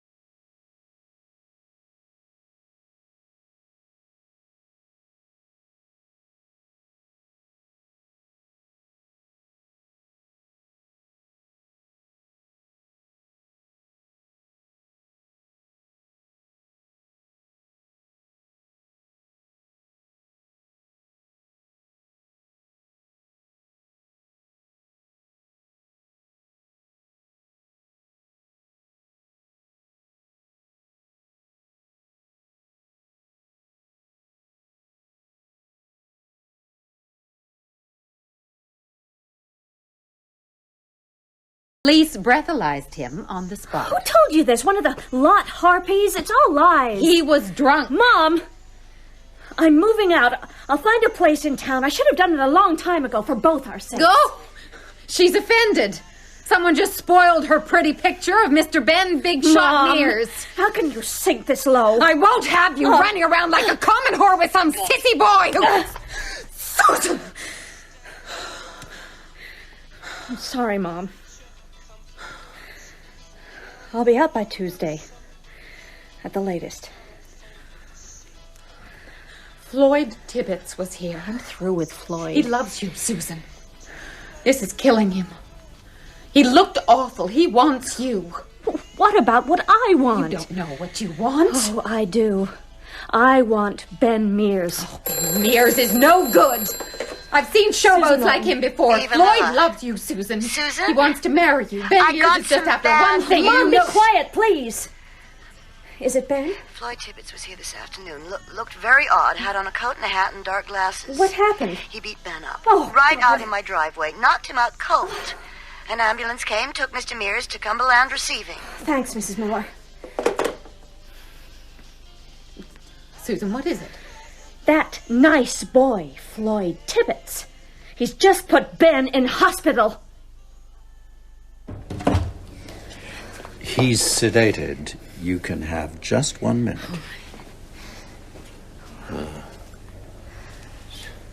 Susan.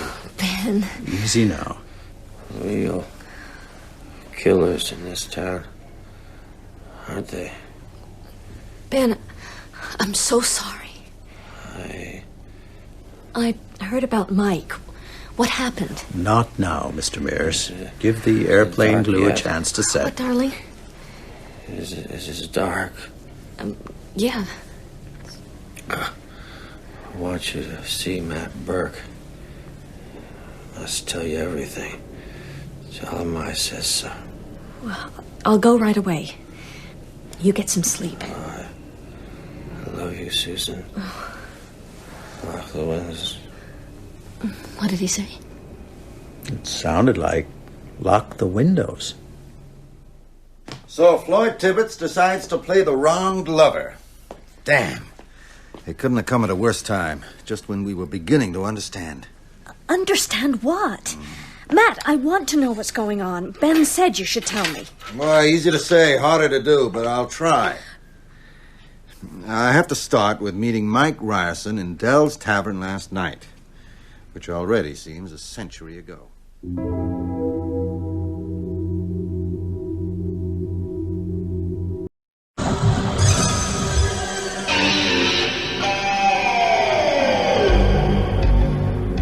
Stephen King's Salem's Lot. Dramatized in 7 episodes by Gregory Evans.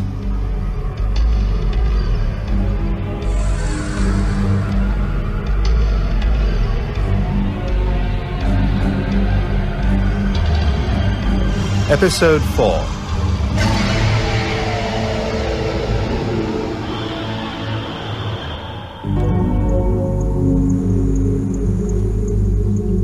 You can imagine the situation we were in, Father. By that time, we knew what we were up against. Vampires. Vampires. Maybe it trips off Mark's tongue, but the rest of us had a little trouble with the word. It's not so easy to get out. The church well knows that evil may take many shapes. Who knew this was happening? Matt Burke, me. Susan was coming around with the idea. I knew, Father. How did you know? Worked it out. I read monster mags and comic books. I know all about vampires. Unfortunately, Mark and me still hadn't met then, so we couldn't compare notes. There was no one else. Well, I guess one or two others were asking themselves some tricky questions. God knows what answers they were getting. But there was a lot of pieces still missing. For instance, I had a bad feeling about the Marston house, but I didn't see how it all tied in with Straker or Barlow, except as a sort of beacon, attracting evil. We didn't know then that in the 12 years before he shot himself, Hubert Marston had a lively correspondence with an Austrian nobleman called Bryken, who later changed his name to Barlow. But things were starting to come together. And after Floyd Tibbets put me in the hospital, I had plenty of leisure to think it all through. Ben, you asleep? Susan, my God, you look good. Come here. Oh, I love you, Ben. I love you too. If I could jump in bed with you right now. Just let me pull back the sheet. How would I explain it to the nurses? Tell them you're checking my pulse. Ben? Yeah. A lot's happened in town. Like what? How much of this Count Dracula stuff do you really believe? Matt told you everything? Matt's here in the hospital. 1 floor up in intensive care. What? Why? Heart attack. Oh, God, how serious? Dr. Cody says his condition is stable. I was there when it happened. Oh, tell me about it. First, answer my question. Well, about vampires? Yes. Well, let me guess what you think. You think the Marston house has screwed my brain, right? Well, I'd never put it in such harsh terms, Ben, but I can't believe... Stop. That word can't blocks up everything. That's where I got stuck. Tell me what happened last night and leave can't on one side for a while.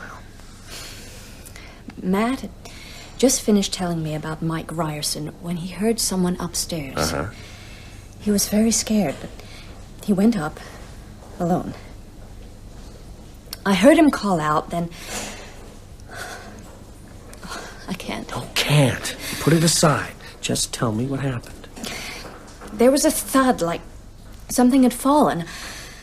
I heard a voice. Whose voice? Well, it was odd. Distorted. It sounded like Mike Ryerson. It can't have been, of course. That word again. Ben, it can't. Mike's dead. Maybe it was a tape recording. Maybe... Oh, Susan. I don't know. Matt murdered Mike, cooked up the vampire story, and did a ventriloquist act while I was downstairs. And then gave himself a heart attack to make it all more real? Right. Something really happened to Matt. Something that scared him almost to death. But not vampires. It's not rational. No, there's a lot going on in Salem's Lot that's not rational. Take your ex, for instance. I'm sorry, Ben. That's a side of Floyd I never saw.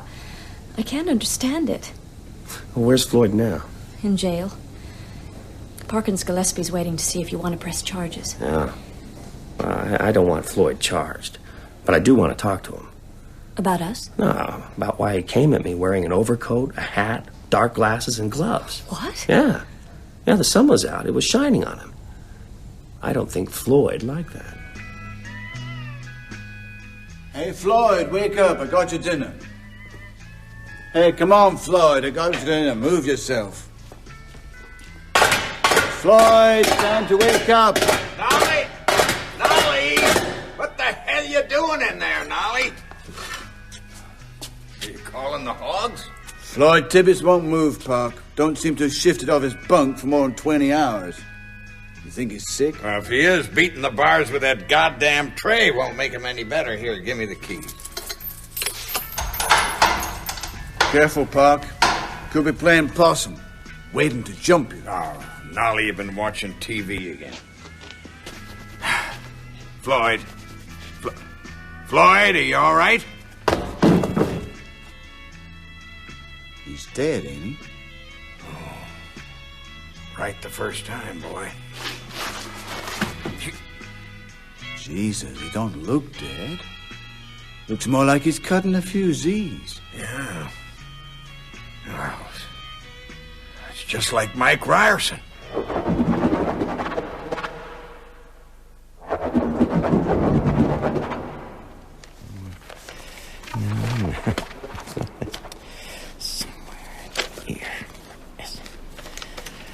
Mr. Crockett? Jesus! You keep your treasures very secure. Who are you? And how the hell did you get in here? Damn place is locked tight. Please, Mr. Crockett. Right. Step out of the shadows. Keep your hands where I can see 'em, mister. Now, unless you want me to blow a hole in that fancy-looking suit... I am Barlow. Oh, shit. Straker's boss. I thought you were out of town. Not anymore. As you see, Mr. Crockett. Did Straker steal a key? Because if he did, I want it back. I'd done some stuff for you, and Straker paid me well. But this is a private office. Put the gun down, Mr. Crockett. It can do no good. No good. So many guns in America. Such faith in these toys. This is a strange land. I was told of your town by a brilliant man, a former townsman himself, now, sadly, deceased. He was right. The folk here are full-blooded, stuffed with aggression and darkness so necessary to... there are no words for it in English.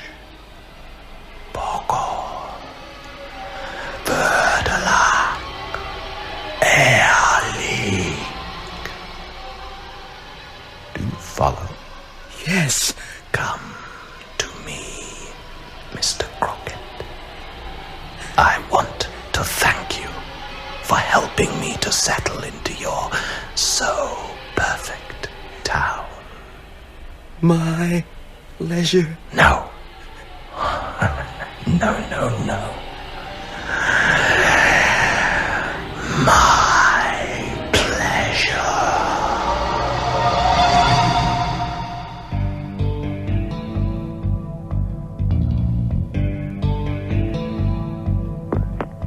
Ben, Floyd Tibbets is dead. Died in his cell last night. Acute anemia, but Floyd had high blood pressure. Susan, and Larry Crockett was found dead in his office this morning. No signs of violence. No one had broken in. He was just dead. Got to get out of this hospital. Ben, there's more. What? Mike Ryerson's body is missing from the morgue. That's it. Susan, have you got a crucifix? I've got some love beads. I'm serious. Can you get one tonight? I've got a girlfriend who's a Catholic. I could walk over... No, stay in the house. Make one. Leave it by your bed. Ben, I don't believe this. I don't care what you believe. Just make the cross. Humor me, please. Okay. Can you come to the hospital tomorrow around 10? Yes. Good. We'll go up and see Matt. Tell him everything that's happened. then we better talk to Dr. James Cody. He'll think you're crazy, Ben. You must know that. Maybe, but it all seems more real after dark. Wouldn't you say?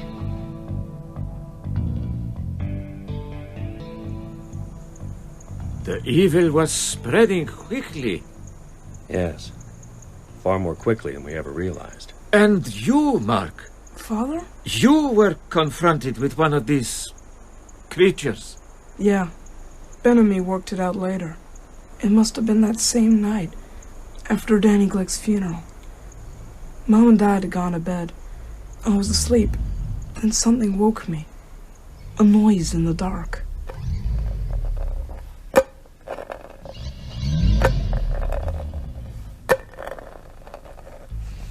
Who's there? Mark, it's me. Danny. My friend Danny, who I'd seen buried just a few days before. He was staring through the glass, his face pale, his eyes red, something dark smeared around his mouth. I understood right away, not only because of all the magazines and models and stuff, but because I was so frightened. Open the window, Mark. Let me come in. No! I come to play with you. I don't want to Just play. like I promised. Don't you remember? Go away! You're dead! You're dead! You were going to show me your models. Your monster models. Will you show me? Come to the window, Mark. It's not so bad. Look into my eyes. Not so bad. You won't be afraid anymore. Open the window, Mark. Say, come on in, Danny. Say it! No! Mark! You can't come in, can you? Not unless I invite you. Let me in. I command it. He commands it. In vain he thrusts his fists against the post Mark? and still insists he sees the ghosts. In vain Mark? he thrusts his fists against the post and still insists he sees Mark? the ghosts. In vain he thrusts his fists against Ask the me post inside, Mark. and still insists I'm he your friend. sees the ghosts. In vain He'll he be your thrusts friend. his fists against the post and still insists he sees the ghost. Mark? In vain he thrusts. Ask me inside. All right. You want to see my monsters? What about this one? The ghoul. Walking through a graveyard. Remember it? Come on in, Danny. Yes. Take a closer look. At the cross!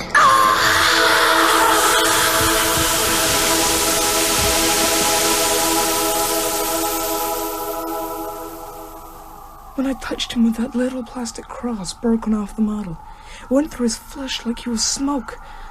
So I kept a hold of it as I went back to sleep. Matt Burke faces something like that and gets a heart attack brought on by fright. Mark, he turns over and goes back to sleep.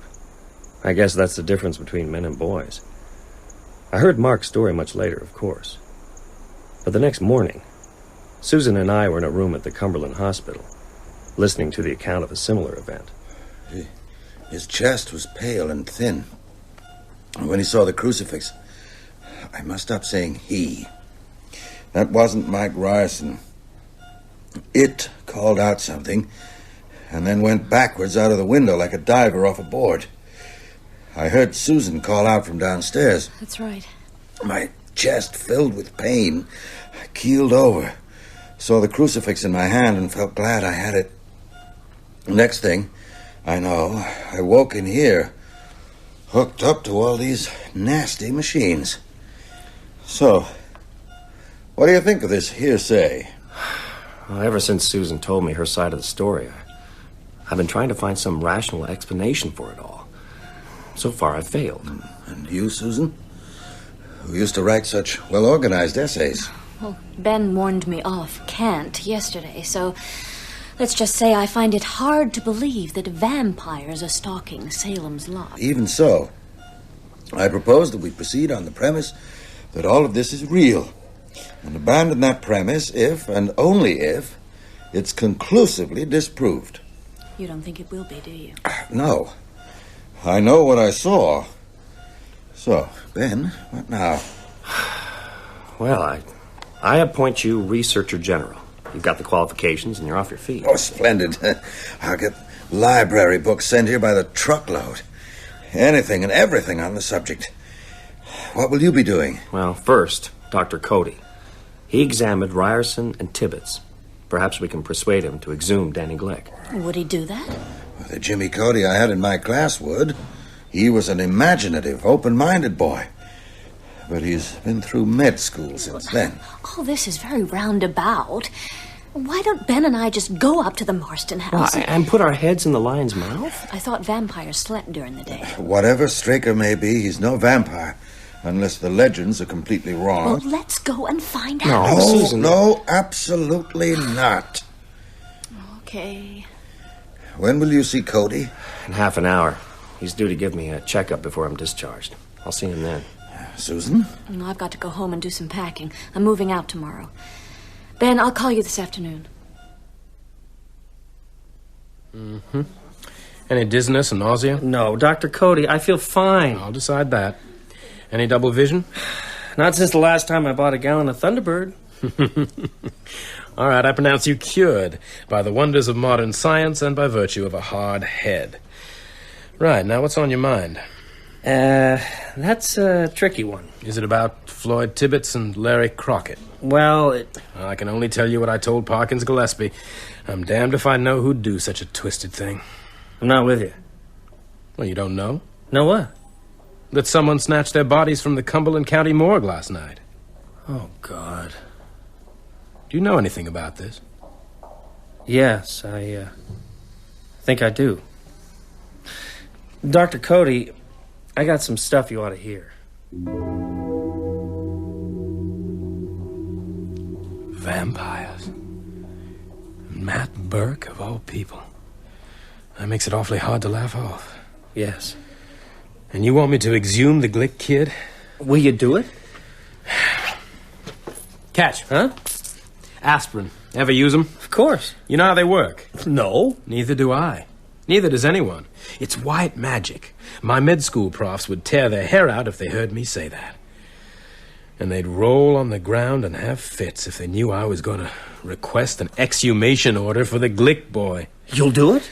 What can it hurt? If he's dead, he's dead. And if he's not? I'll have damn good material for my lecture to next year's AMA convention. Right now, it'll speed things up if I can get the parents' permission. I'll tell them I'm going to look for signs of infectious encephalitis. I'll call them now, test the water. I hope they don't make a fuss.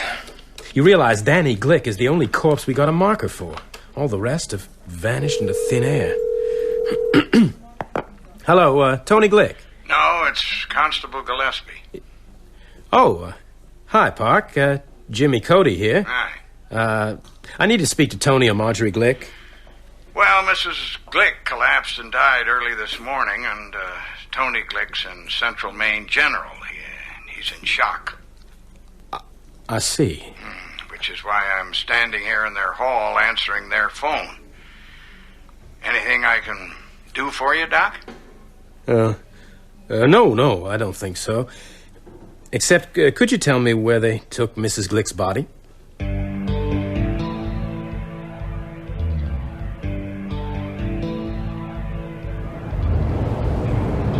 You know, Ben, this is a paranoid's dream. How many people in the lot could drop out of sight and not be missed for a month? 200?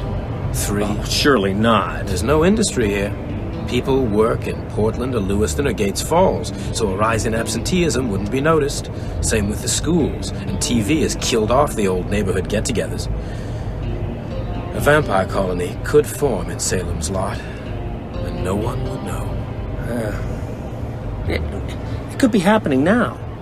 People lying in closets, in cellars, waiting for dusk.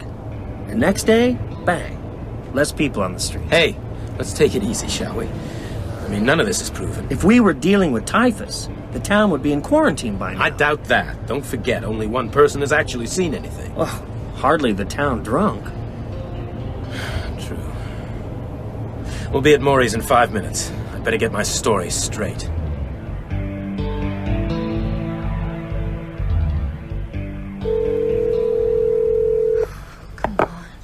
Hello? Mrs. Miller, this is Susan Norton. Is Ben there? Oh, sorry, Susan. He got in from the hospital about 2:30 and went out straight away with Dr. Cody. Did he say when he'd be back? Not to me. Oh, thanks, Mrs. Miller. Can I give him a message? Tell him I'm trying the direct approach. Say I've gone to the house. The house? He'll know where I mean. And tell him not to worry. I'll take precautions. Maury, I want you to meet a good friend of mine. Maury Green, Ben Mears. Good to meet you, Maury. Shalom, Ben. Any friend of Jimmy's? Maury, we've come to ask a favor. A big favor. Hey, and what have you ever done for me? Ask Jimmy anything. You've got Mrs. Glick here. Downstairs. Poor lady. So much tragedy in one family. And she looks so sweet. She was your patient? No, but Ben and we'd like to sit up with her this evening, Maury. Sit up? Examine her, you mean? No, just sit up with her. Has she got something? Something infectious? Not in the accepted sense of the word. Is it okay? Sure. I thought you said a big favor. This may be bigger than you think. I'll make some coffee, then I'm up home. Here's the keys to the embalming suite. Lock up when you go. Thanks, Maury. Anytime, Jimmy. Just do one thing. Of course, what? If she says anything, write it down.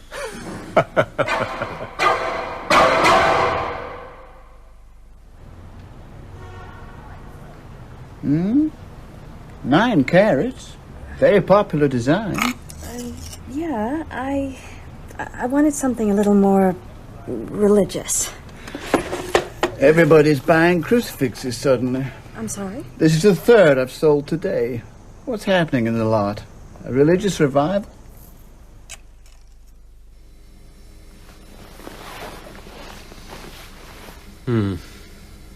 Interesting.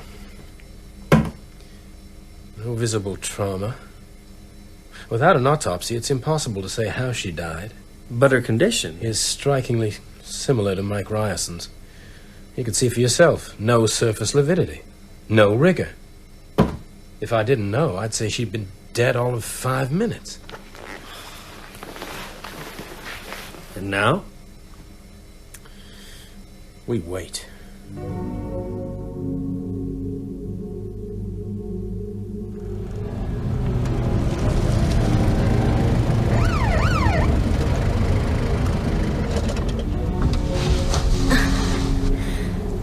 You out for a drive, Miss Norton? Hi, Nolly. I'm afraid I've taken a wrong turn. Guess you must. This road don't lead nowhere but the Marson house. Is that where you've just been? Guess so. Oh, did you meet the mysterious Mr. Barlow? What's he like? Everyone's dying to know. Lord knows, there's no one there. So, Mr. Straker... No sign of her. You better drive to the end, Miss Norton. Then turn round, head back the way you came. See ya. Bye, Nolly.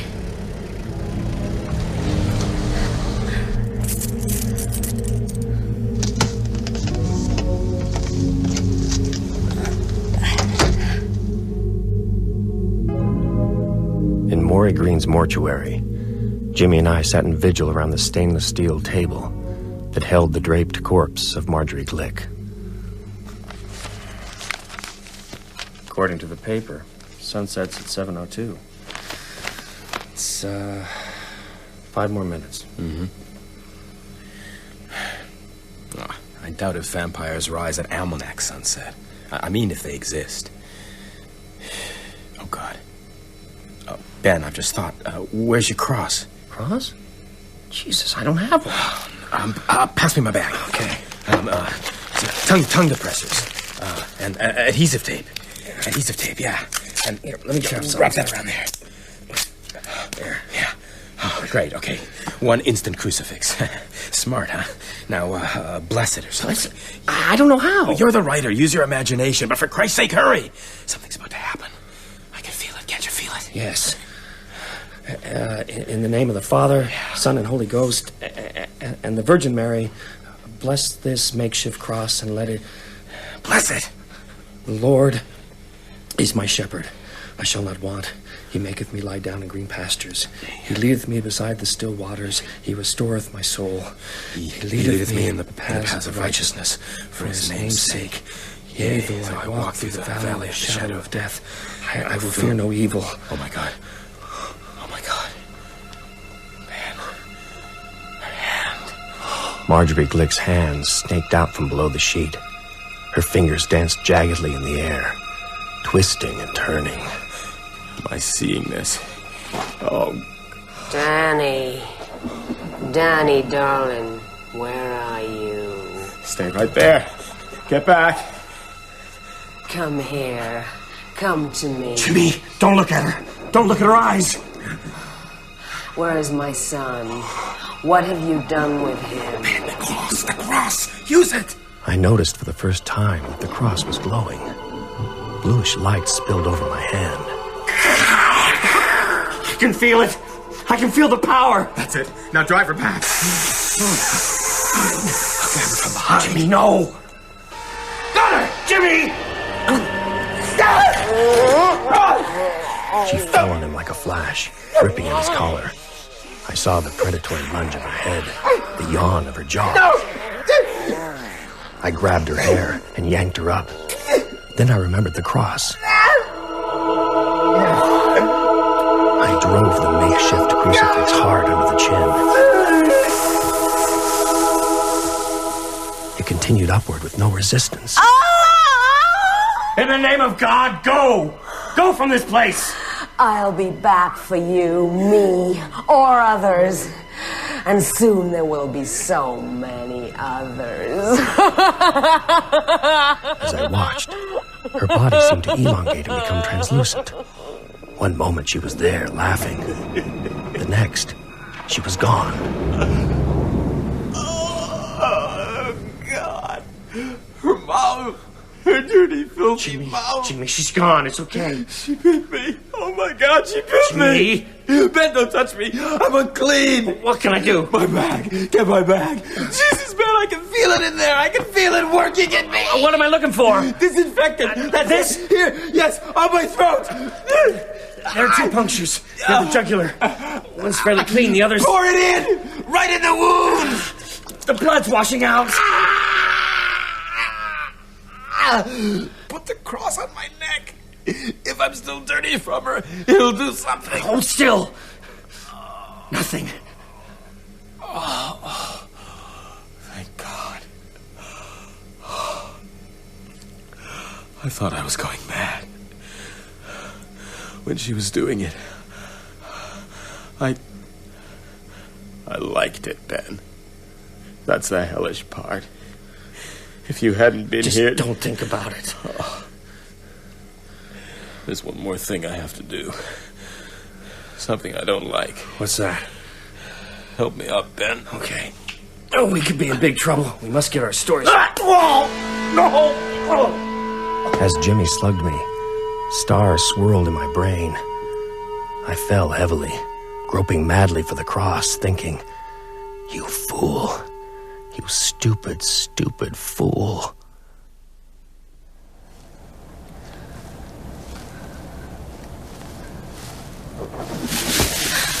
Who's there? I know there's someone there. Please. Come out now. Show yourself.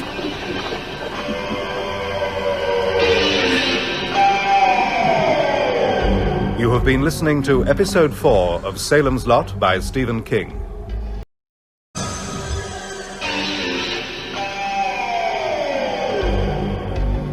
Stephen King's Salem's Lot. Dramatized in 7 episodes by Gregory Evans.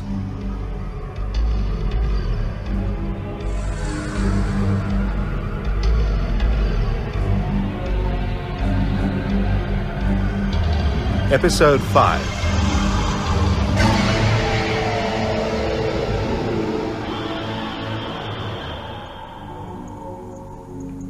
All of a sudden, we weren't dealing with shadows anymore, or superstitions.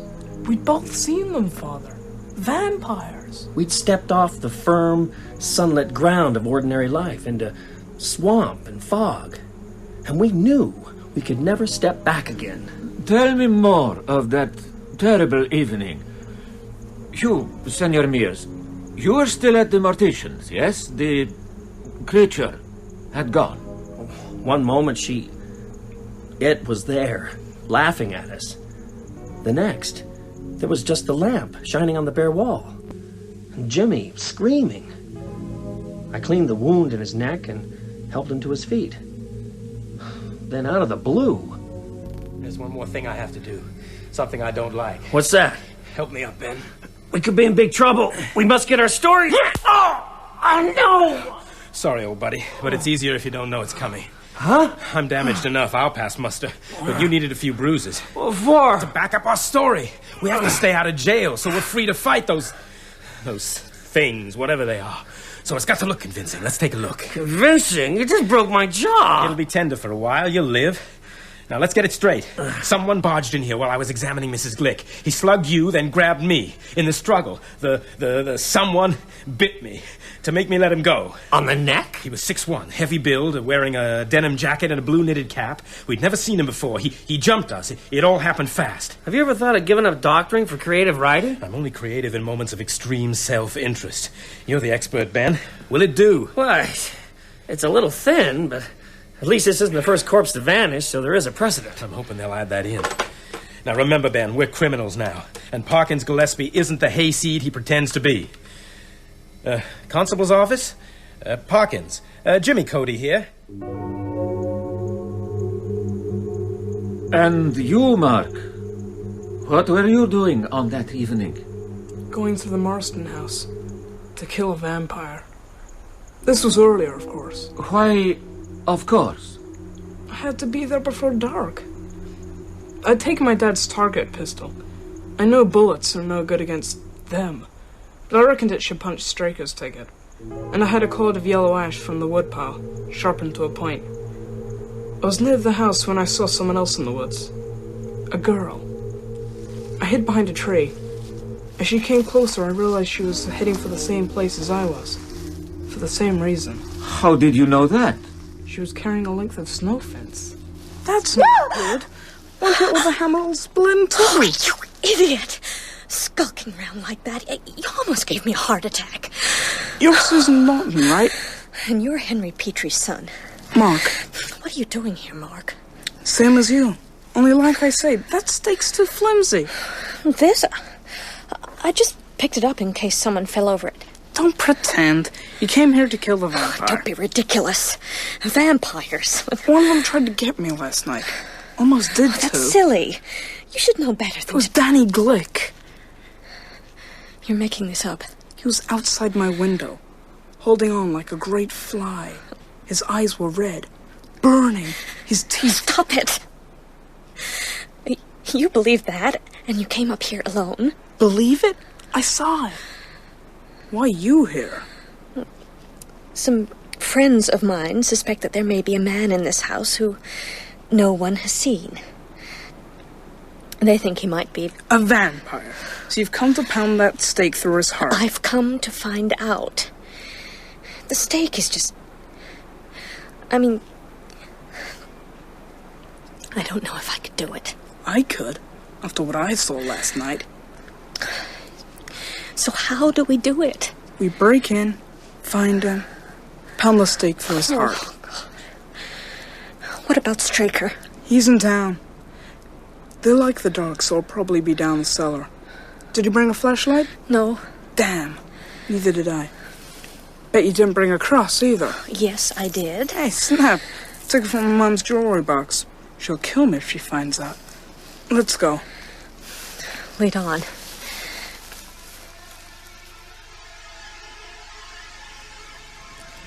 Don't look in his eyes. Can't move out of his coffin. Not until dark. But he can hook you with his eyes.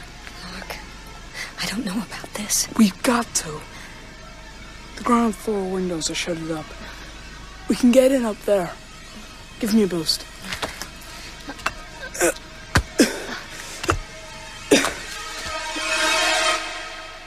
Must have been quite a fella. Lays you two out, lifts the corpse clean off the slab, and waltzes out of here.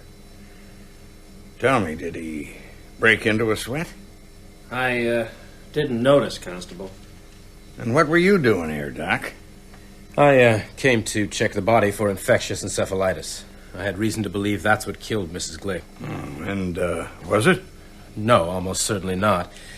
And I just finished my examination when the man burst in. Well, it's a pity your description of the guy ain't a tad more detailed. It all happened so fast. And how come you're in on this, Mears? You ain't a doctor. No, I'm a novelist. I know that, boy. My new novel has a mortician's son as an important secondary character. I needed some color. Jimmy let me come along. Oh? Maybe I could read that. That part isn't written yet, Constable. I research first, then write. Mysterious stranger busts in, cold cocks two strong men, and makes off with the body of a woman died of unknown causes. Sounds like a bad movie to me. Listen, Park. Now, don't you park me. Your story stinks, this Encepha thing. It's catching, ain't it? Yes, I told you. So why'd you bring the pen pusher along, knowing the corpse might be infected? Hawkins, I don't question your professional judgment. You must bear with mine. Shouldn't you be finding out who stole Mrs. Glick's body? You're lying, boy. Maybe a little, maybe a lot, but I know. So if you'd care to revise your story, let me know what really went on down here. You could save yourselves a lot of trouble.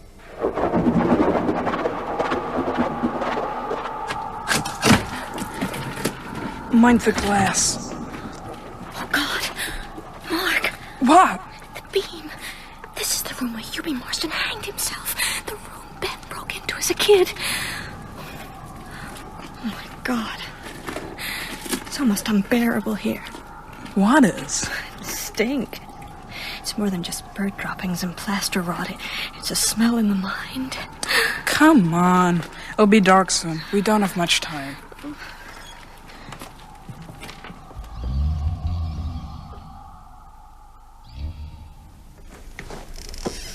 Susan, can you feel it? What? We're not alone. The smell is getting even stronger. Mark, I'm frightened. Me too. Hold hands. Yeah. There. The cellar door. James, help me.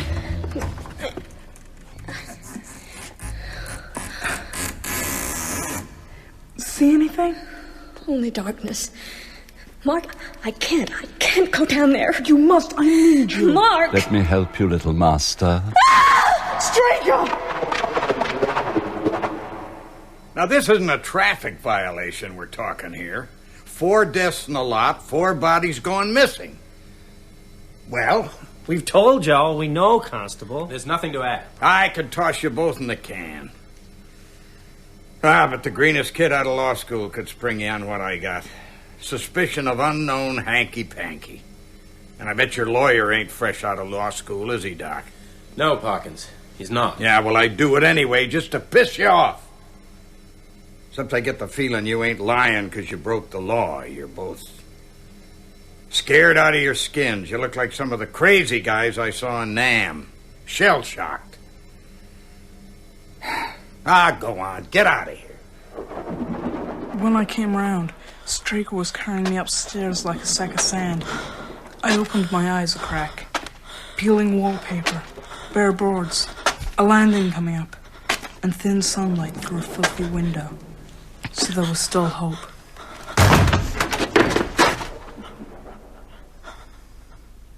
You can't fool me, young master.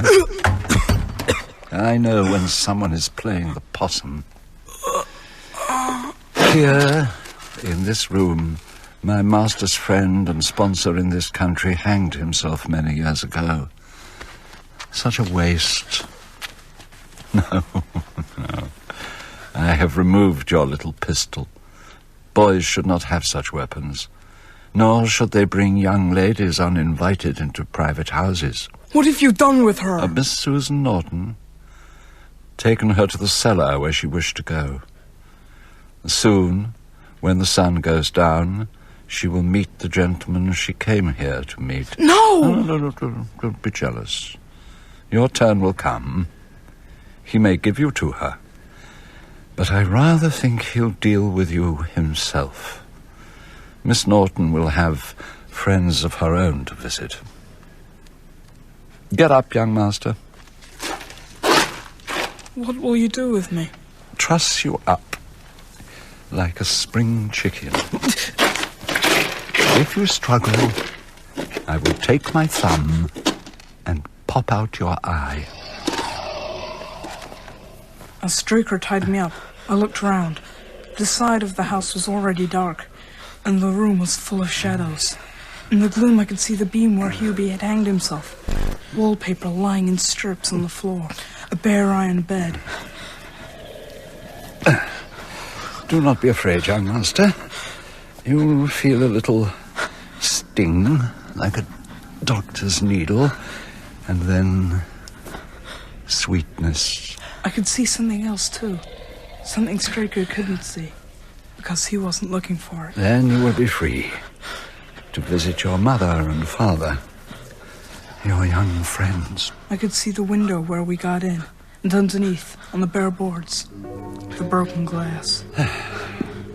When we meet again, young master, you will like me better.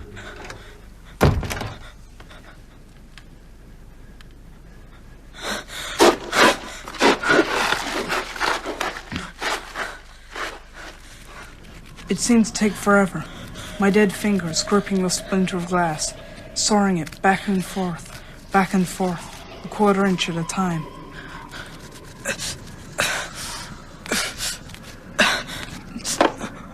By the time I'd sliced through the last strand of rope, my hands were slick with blood, and I was so shaky I could hardly stand.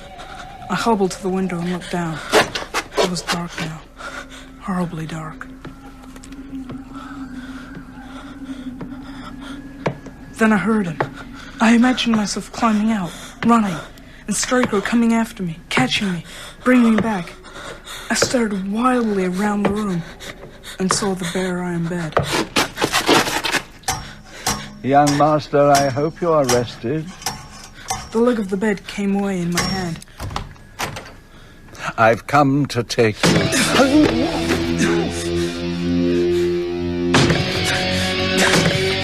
You monster! You monster! I've killed you. Good. Good. Little master.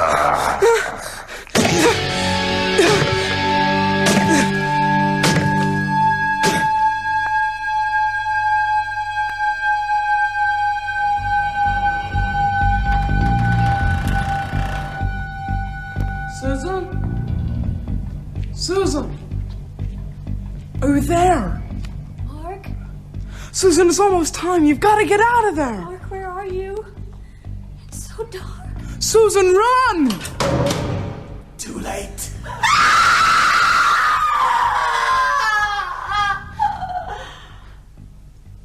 Calm down, my boy. I admire you. You've done well.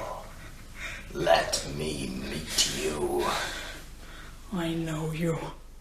Barlow. Calm down. And I'm gonna destroy you!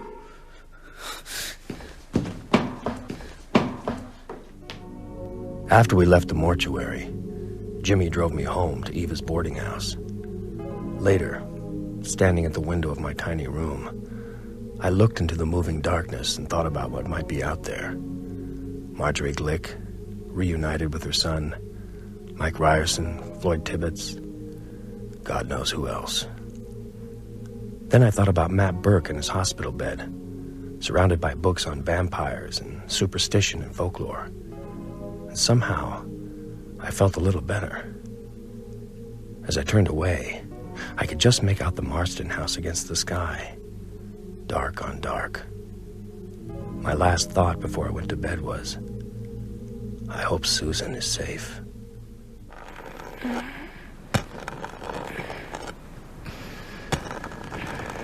Mark. Mark. Susan? You got home, Mark. Home safe. Go away. Let me in. Let me in. I don't know you. Oh, it's nice, Mark. Ever so nice. Let me in. I'll kiss you. I'll kiss you all over like your mother never did. Go away! One of us will get you soon. Let it be me, Mark. I'm hungry. Here, take a look at this cross.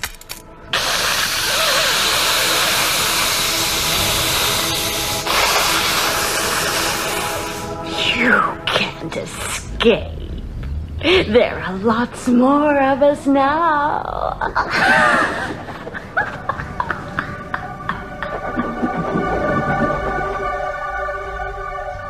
I knew then that I couldn't fight them alone. But who could help? My parents were asleep in the next room, but I knew they'd never believe it. Then I remembered something Susan had said. Some friends of mine suspect that there may be a man staying in this house who no one has seen. Some friends of mine. Some friends. The writer, of course. The one she dated. Ben Mears. I knew I had to get to him before she did. So that is how you two met? Yeah, but that was the next day. One more thing happened that night. A terrible night. Matt Burke had a visitor. Good evening. Oh, Father Callahan, good of you to come. Glad to, Mr. Burke. Excuse me. You haven't called me to administer last rites. From your handshake, I'd say you're recovering well from a heart attack, I hear. You hear right, Father. Are you a Catholic? I'm not anything very much. I see. May I sit down? Please, move the books. Dracula, the natural history of the vampire. Natural indeed. Hungarian folk tales, Varney the vampire, monsters of darkness. Strange reading matter for a convalescent coronary patient. Well, fascinating, though, don't you agree? I do, as a matter of fact. I took an interest in vampirism as a divinity student. Is this connected with why you asked to see me? On the phone, you said it was important. It is. What, connected or important? Both. I'm intrigued. Let me ask you, Father. Have you noticed anything out of the ordinary in town just lately? What, to do with vampires? To do with anything. Well, the Crockett's weren't at Mass this morning. Mrs. Crockett never misses. Anything else? The town dump's closed, so Dud Rogers must be sick, which is also unheard of. 3 stores on Joyner Avenue were shut yesterday, too, and... What? Well, the mortality rate has been high lately. Mike Ryerson, Floyd Tibbetts, that awful business with the Glicks. Look, Mr. Burke, let's stop beating around the bush, shall we? Yes, there's been too much of that already. I'll tell you what I know. All I ask is that you listen. At the center of it all is the Marston house. And so that's why I called for you. Am I crazy? Obviously not. So you're convinced? Well, shall we say convincible? With hard evidence. Yeah, don't look so surprised, Mr. Burke. The supernatural is my bread and wine, so to speak. Even so, Father. I've heard plausible tales of vampires before. First hand, I mean, not in books. But here in America? No, in Europe. But why shouldn't it come here? Pestilence spreads. Would you make an investigation for me? I might. It would involve you taking along holy water and a piece of the host. Now you're treading on dangerous theological ground. Why? Because then I go not as an interested individual, but as an agent of the Holy Catholic Church. Unlike many of my younger colleagues, I still believe in the Church's mystical power. To me, it's more than just a spiritual Boy Scout troop. It's a force. You understand? I understand. I also have a rather outmoded idea of evil. I believe evil is more than its manifestations. More than child beating, incest, and the rape of the environment. Evil is a force, too. Exactly. Well then, Father, are you prepared to put your beliefs to the test?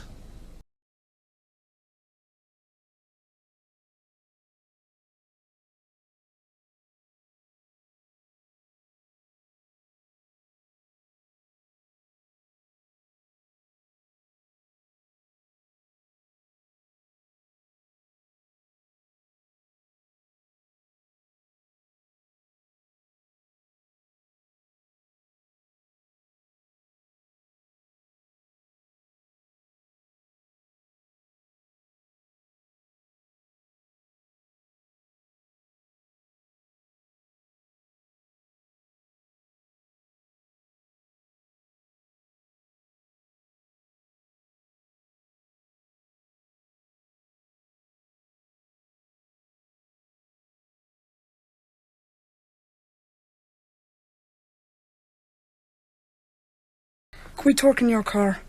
I don't want to be seen. I'm playing hooky and I'm already in Dutch with my folks.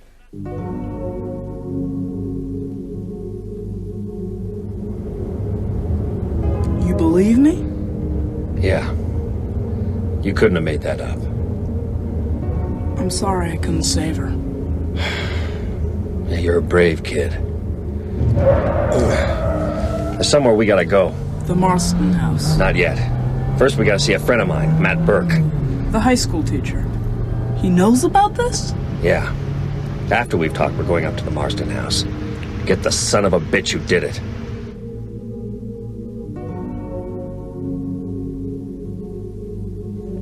I ran right through Taggart Stream without even noticing. Didn't stop till I got home. My parents were worried sick. I told them I forgot the time. Dad nearly skinned me alive. And Susan came to you later that night?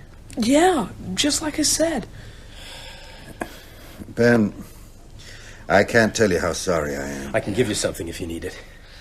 There's only one medicine I need. To move against Barlow. Now, before dark. I agree. Matt. It's all happening so quickly. I phoned Loretta Starcher for more books today. The library's closed. Loretta's disappeared. There are 2 more shops shuttered up on Joyner Avenue. I saw them when we drove past. Weasel Craig didn't come back to Eva's last night. It all points to one thing. If we leave it any longer, we'll be overwhelmed. Does anyone else know? Father Callahan. I spoke with him last night. I think he's with us. What about your research, Matt? Anything useful? Straker was Barlow's bodyguard, a kind of human familiar. He came first to prepare the ground. I suspect no one will ever find Ralphie Glick. Straker sacrificed him, a sort of ticket of admission for his master. Along with the dog that was found on the cemetery gates. Exactly. How old is Barlow? No way of telling. But if the legends are true, he's old. He may have changed his name 1,000 times and lived in almost every country in the world, though his origins are probably Romanian or Magyar. How did he get here? I suspect Larry Crockett had a hand in it, but that doesn't matter. Barlow's here. We must destroy him. That's what matters. An ash stake through the heart. Cut off his head. Stuff his mouth with garlic. We have an expert in our midst. In movies, the staked vampire mortifies into dust. That may just be a neat special effect. If it doesn't, you must weight the coffin and throw it into running water. Right. Any questions? What about all the religious stuff? You're quite right. You must each carry a vial of holy water and a piece of the host. And Father Callahan must hear your confessions before you go. But none of us are Catholic, are we? I am. Lapsed. Well, there must still be confession. Then you go pure, washed in Christ's blood. Yeah. Clean blood, not tainted. Ben, forgive me, but had you slept with Susan? Yeah. Then you must drive in the stake. First into Barlow, then into her. You mustn't Matt, falter, Ben. You'll be releasing her. Right. Above all, don't look into his eyes. If you do, he'll catch you and turn you against the others. Understood. You'll need garlic. We can get some in Cumberland. And you must each wear a white rose. I could tell you more, but there's no time. I'll pray for you. Quite a trick for an old agnostic like me. But maybe I'm not as agnostic as I once was. Go. Right. Okay. And don't underestimate him. It was mid-afternoon when we all piled into Jimmy's big Buick and set off. Father Callahan was wearing his full gown, a surplice, and a white stole bordered with purple. Our first stop was Jimmy's Cumberland office to pick up his revolver and a large heavy hammer. Then on to Stop and Shop, where he bought garlic, all they had. 12 boxes of the stuff. I'm sure glad I ain't going on a long ride with you boys tonight. Then across town to the Northern Belle flower shop. What can I do for you, gentlemen? Do you have any roses? Sorry, sir, too late. The man came in last Friday and bought every rose in the shop. If you care to order... What did he look like? Very striking. Tall, totally blonde, piercing eyes. He paid cash. Very unusual considering the size of the order. There's a florist over in Falmouth. No! But Ben, we need them. And when we get to Falmouth and find Straker's been there too, what then? Portland, Kittery, Boston? Don't you see he's leading us by the nose? Ben's right. Just because Barlow can't rise in the daytime doesn't mean he can't harm us. He's doing it now. Oh, we better stop talking and get going.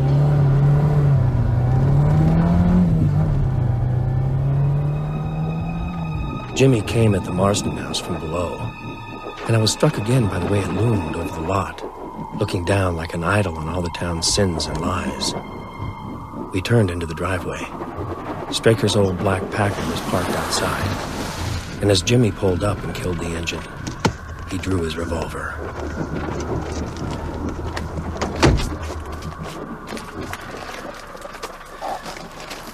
This is unhallowed ground.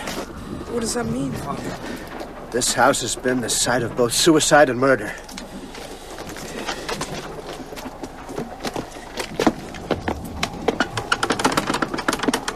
There's a new padlock. Could we get in a window? Like Mark? No. We must go in boldly, through the front door. We'll break it down if we have to. We won't have to. In the name of God the Father, I command the evil to be gone from this house.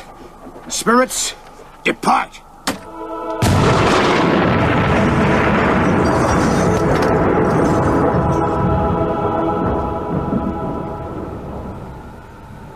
Ow! The lock's hot! That's amazing. That's the most amazing thing.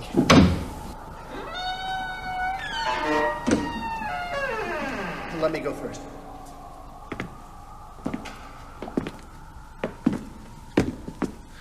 Can you feel it? Evil. Jimmy, have you got the stake? Yes, and the hammer. Come on, we don't have much time. The cell is along here.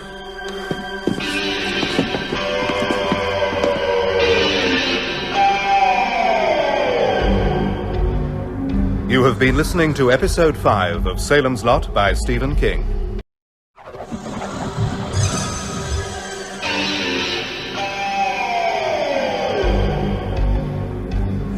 Stephen King's Salem's Lot.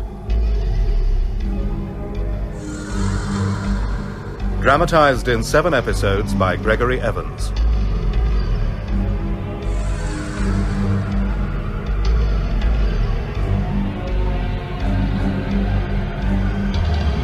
Episode 6.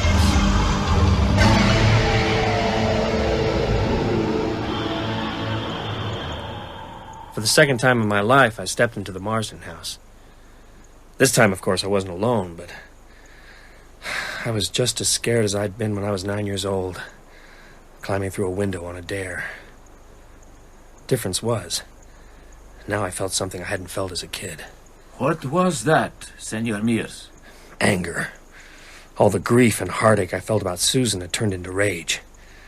I meant to find Barlow and destroy him.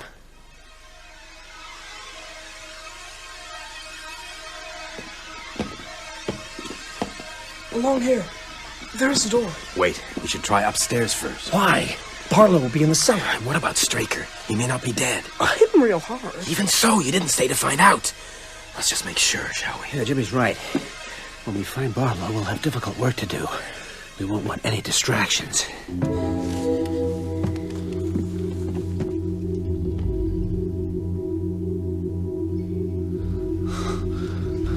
The room at the end. How'd you know that, Ben? You said it was Hubie's room. I remember it very well. Where was Straker when you ran? Lying just inside the door.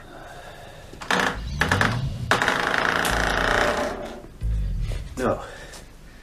Let me go first.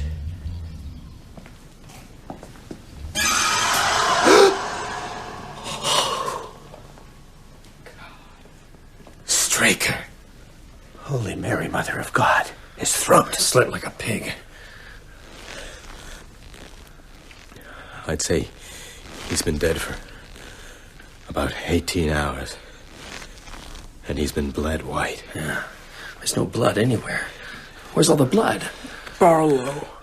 God, the man must be strong to haul the body up like that. He's not a man. It's a punishment as old as the Bible. Hanging the body of your betrayer upside down so he faces earth instead of heaven. Barlow's still playing games. All this, it's just one more trick to make us waste time. Come on, the cellar.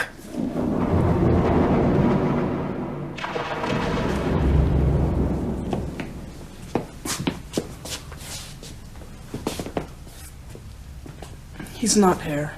He's got to be here. No, I can feel it. There's still the stink, the evil. But the air seems lighter somehow. He's already gone. What's that on the table? Jimmy, the flashlight. Right. It's addressed to us. It's a trick. Don't touch it. No, I don't think it's a trick. My dear young friends, hold the flashlight steady, Jimmy. I'm doing my best. How good of you to call. I am never adverse to company. It has been a great joy and a long, often lonely life. Had you come after dark, I should have welcomed you in person. As you have called during daylight hours, I thought it best to be out. Master Petrie, you have robbed me of the most faithful and resourceful servant I have ever had. I shall enjoy my sweet retribution. Your parents first. Tonight. Or tomorrow night.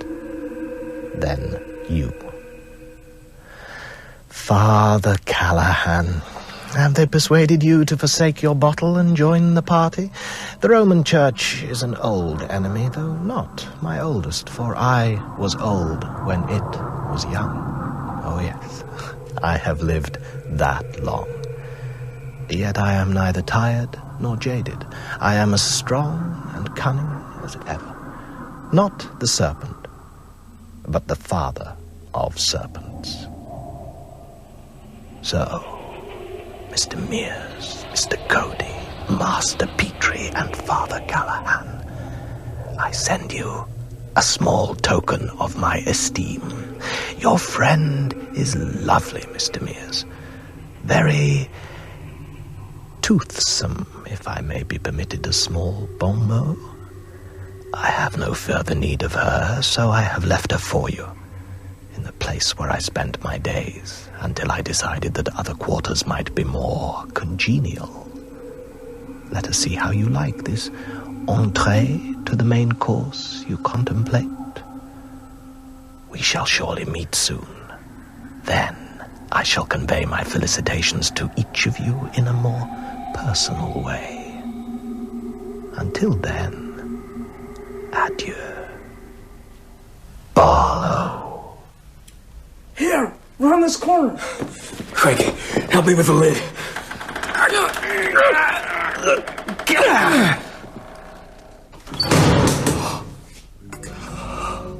The casket was on a raised dais.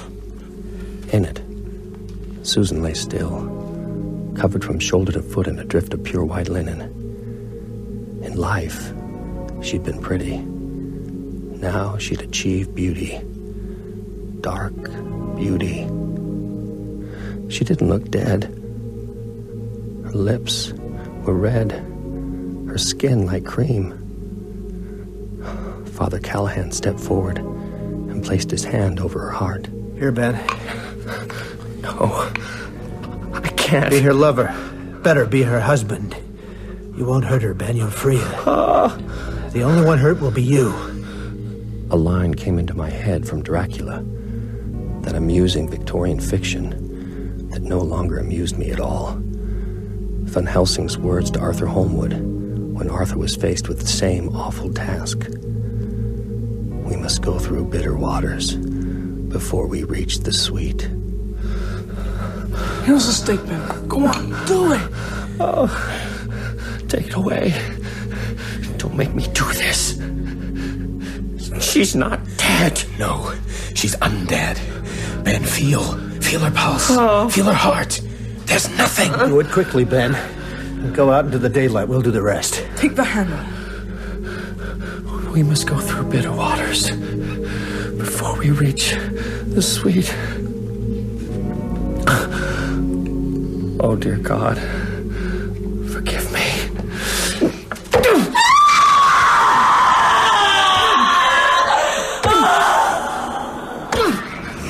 Her eyes shot open, wide and blue.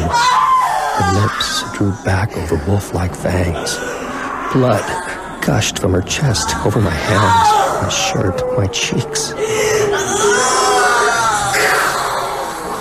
Again.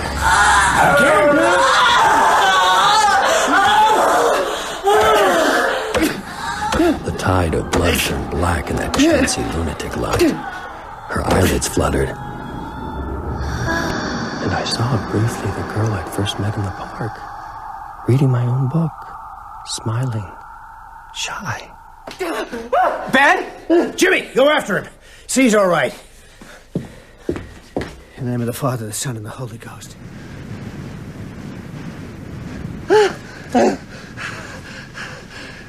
It got all mixed up in my head. The horror. Then and now. Ben? I thought if I looked back, I'd see him. Barlow? Hugh Marston. Grinning at me. The rope around his neck. Ben, it's over. Yes. Jimmy, look at it. Look at what? The house. Can't you feel it?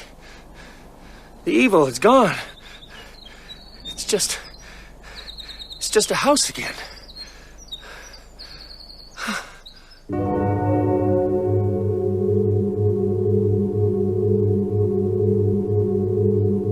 After we left, Father Callahan sealed the house with holy water and pieces of the host. What did you do with Susan's body? Callahan and I turned it face down in the coffin and weighted it with stones. We threw it into the Royal River. I just sat in the car. I couldn't... No, you'd already done enough. Where's Callahan now? He went with Mark. Mark's parents have to be told. Barlow threatened them in the letter. Will they believe it all? Mark thought not. He said his dad's a sensible man. If there's a problem, they'll ask his father to call you. You did well, Jimmy. You too, Ben. Come here. Sit on the bed. There's no comfort for you, Ben. I know that. But Susan is at rest now. Barlow played us for fools. We're like insects to him, scurrying around for his amusement. No. That's far from the truth. He wanted to keep Susan. He wouldn't give up his undead, his children, just for a joke. Think, Ben. Think what you've achieved. Straker, the best servant he ever had, slain by a small boy. How that must have terrified him. And now you've driven him from his refuge, his chosen home, and sealed it. So if he goes there again, he'll die, and he knows that. What does it matter? He got away. Well, where did he sleep today? The trunk of a car, the cellar of one of his victims? Wherever it was, do you think he felt safe? Do you think he liked it? Matt's right, Ben. Maybe we're not winning yet, but neither is he. No, tomorrow you hunt. Not just the great white shark, but all the little fish. The nights may be his, but in the daytime, you'll hound him until he takes fright and flees. Or until you drag him staked and screaming into the light. Yes, that's good. But let's start tonight, not tomorrow. Right now. No. Tonight we spent together. You and I and Jimmy and Father Callahan and Mark and his parents. Only madmen or saints would challenge Barlow in his mother night, and we neither. You shouldn't have split up. That was bad judgment. I'm worried. Especially about Mark and his parents. Jimmy, will you call them? Yeah, I'll do it now. I'm beginning to know him. I lie in this bed and try to outguess him, put myself in his place. He's lived for centuries. He's brilliant. But his ego has become bloated, so that it's puffed up and poisonous. He's filled with pride, and his thirst for revenge is overmastering. Something to be feared, but also to be used. I think he'll attack tonight. I got through. What's wrong, Jimmy? What happened? The line's dead. I think Barlow's got them.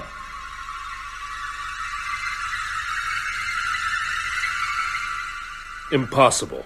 I told you. Well, Henry, dear, don't you think we should at least... June, wait. Now, Father Callahan, let's examine this delusion like reasonable men. Well, that may not be possible, Mr. Petrie, but we can try. We came here because Barlow specifically threatened you and your wife. So you say. Before we proceed, let me ask you something. Did you actually drive a stake through that poor girl's body this afternoon? No, I didn't. Mr. Mears did. And the corpse is still in the cellar? No, we threw it in the river. If that's true, you have involved my son in a serious crime. Are you aware of that? Yes, I am. That we had to, don't you see? Mark, I have asked you to keep silent while I speak to Father Callahan. One more outburst and you'll leave the room. Yes, Dad. Mr. Petrie, if you'd call Matthew Burke... I'm sure your accomplices will back you up, Father Callahan, but that hardly constitutes proof. May I see the letter left by this Barlow? Dr. Cody took it. Oh, well, darling, I'm sure Dr. Cody wouldn't be mixed up in anything untoward. He's our family doctor, Father. We all like him very much. And Matthew Burke has an excellent reputation, as a teacher at least. So your story does have a certain disturbing credibility. But your explanation of these events clearly can't be true. We've got to get to the bottom of it. I'm going to call your people and talk with them. If that proves fruitful, perhaps we should all go to Mr. Burke's hospital room and discuss the matter further. Good of you to be so understanding, Mr. Petrie. What's the matter, dear? Strange. It was fine half an hour ago. He's here. God protect us. Oh, don't be silly. In my experience, the Salem's Lot telephone service doesn't need vampires to disrupt it. Henry! For goodness sake, don't panic. It must be a power failure.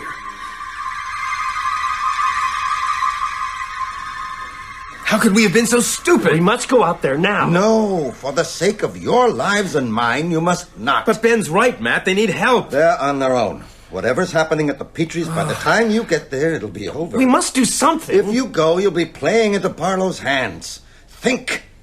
He didn't need to cut the telephone line. He did it to tell us he's there. He's already split us in two. Now he's trying to divide us again. I'm alone and bedridden. Easy prey. Don't you see it? I guess you're right. Look, I'm not afraid for myself, believe me. Or even for you two. I'm afraid for Salem's Lot. Whatever happens tonight, we must be left to stop him tomorrow. Yes. He's not going to get me till I paid him back for Susan. Maybe they'll make it. I think he's underestimated Callahan. I know he's underestimated Mark. That kid is one cool customer.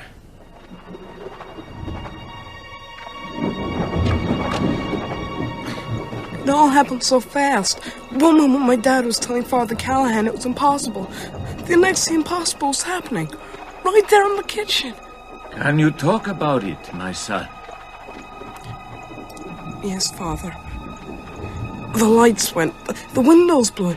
A shadow moved across the room. Father Callahan took the cross from around his neck and held it up. It was glowing with a sort of blue fire. I could see my dad, lit by that weird light. He looked dazed, like he still didn't believe it. I grabbed Mom's hand, tried to pull away, but it was too late. Barlow got them. Mom's head in one hand, Dad's in the other. I could see his face, long and white, almost handsome. The teeth, the red eyes. He was smiling. I promised you this, Mom. Remember? For what you did to my servant. Henry, do something, please. Speak to him. Listen, whoever you are. We can talk about this. We can sit down. Your parents first.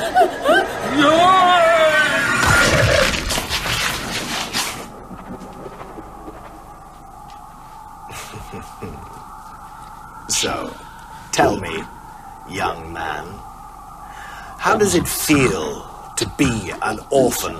You monster! Oh, now you come to me. How convenient. In the name of God! No closer! No closer, Shaman, or I sever the boy's jugular before you can draw breath. Step back. Well, what now? Oh, well, that depends. What will you give me for this miserable wretch? Oh, you have courage, boy. But you will scream. You will scream until your throat bursts! Stop that! Should I? Should I reprieve the boy? Save him for another night? Yes! Then will you throw down your cross and face me on equal terms? Without charms and talismans? Your faith against mine? Yes. Do it! I trust you to let him go? I'd sooner trust a rattlesnake. Well, I trust you. Look! Run, Mark! You killed my parents! Run! Soon, little brother. Very soon. You and I will... Mark, no! You dare spit on me? Back! In the name of God, I'll do more than spit! I'll kill you!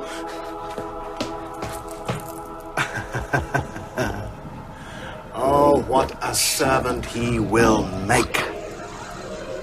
Now, shaman, I have fulfilled my part of the bargain. You fulfill yours. Lay down the cross. I'm a priest. A priest? Don't you have to believe to be a priest? Stay back! I commanded. Look at the light. The oh so holy light. See how it gutters and dies. I commanded in the name of God! Just like your faith. Nowhere left to go, priest. Here, let me take that. You seem to find it burdensome. No! You thought I couldn't touch this, didn't you? The Holy Cross. You believed it would protect you. Oh, no. Your faith might have saved you, but your faith has just failed. And so this is only base metal. God damn you! Well, I doubt if he can. Not your God, anyway. If you had cast that cross away willingly, you might have beaten me. But you put your trust in the symbol, not what it stands for. You're a disappointment, priest. Oh, it's been so long since I had an opponent of any real worth. That boy makes 10 of you. No! The undead. There is no memory. And you would welcome that now. But no. For you, there is a more fitting punishment. No, please. Here, priest. Learn a true religion. Take my communion. Eat of my flesh. Drink of my blood.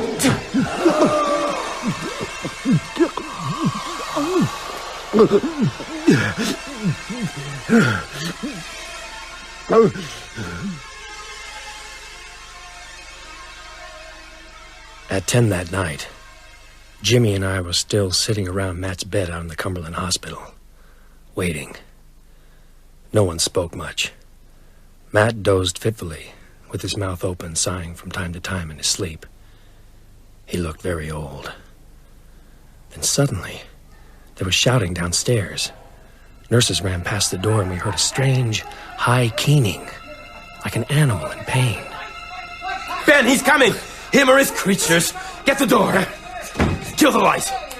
Have you got the crucifix? I've got it. Ben, Jimmy, where are you? Relax, Matt. Everything's under control. What's going on? We're not sure. There seems to be some trouble in the lobby. Oh, God, I was afraid of this if Barlow sent one of his undead. Ben! Let me go! Mark! Thank God you got away. Wait, Mark, come here. Lift your chin. Show me your neck. Oh, thank God. Boy, I've never been so glad to see anyone in my life. Where's Father Callahan? I don't know. I didn't wait. Mom and Dad, they're both dead. Barlow killed them. Then he grabbed me. He said he'd let me go if Father Callahan threw down his cross. I ran. But before I ran, I spat on Barlow. I spat on him. and I'm gonna kill him! How did you get here? I ran through the woods. Then I hitched a ride. I can't remember who with. The radio's playing. I remember that. Oh, you poor boy. You poor, brave boy. The commotion downstairs, all that shouting and screaming that was going on around the time Mark turned up. We found out later what it was all about. A woman walked into the lobby out of the night, wearing only slippers and a dirty nightgown. She seemed drugged or hypnotized. Her face was white as bone, her eyes dark, crazy. She asked for Matt's room. When an orderly challenged her, she pulled a gun. There was a struggle. Before she was subdued, the woman clawed the orderly's face with her nails. She died right there on the lobby floor. The woman was Ann Norton, Susan's mother. I don't know what happened to Father Callahan after that night. I heard rumors, but what he did, where he went, I don't really know. All I know for sure is that he was never seen again in Salem's Lot. No, Matt, you've got to sleep. Jimmy's right, Matt. You don't look good. My town is dying before my eyes, and you expect me to sleep? Matt, if you want to be around for the finish, you've got to hold something back. I'm talking as your doctor, goddammit. Later, Jimmy, please. Mark, we're in a desperate situation.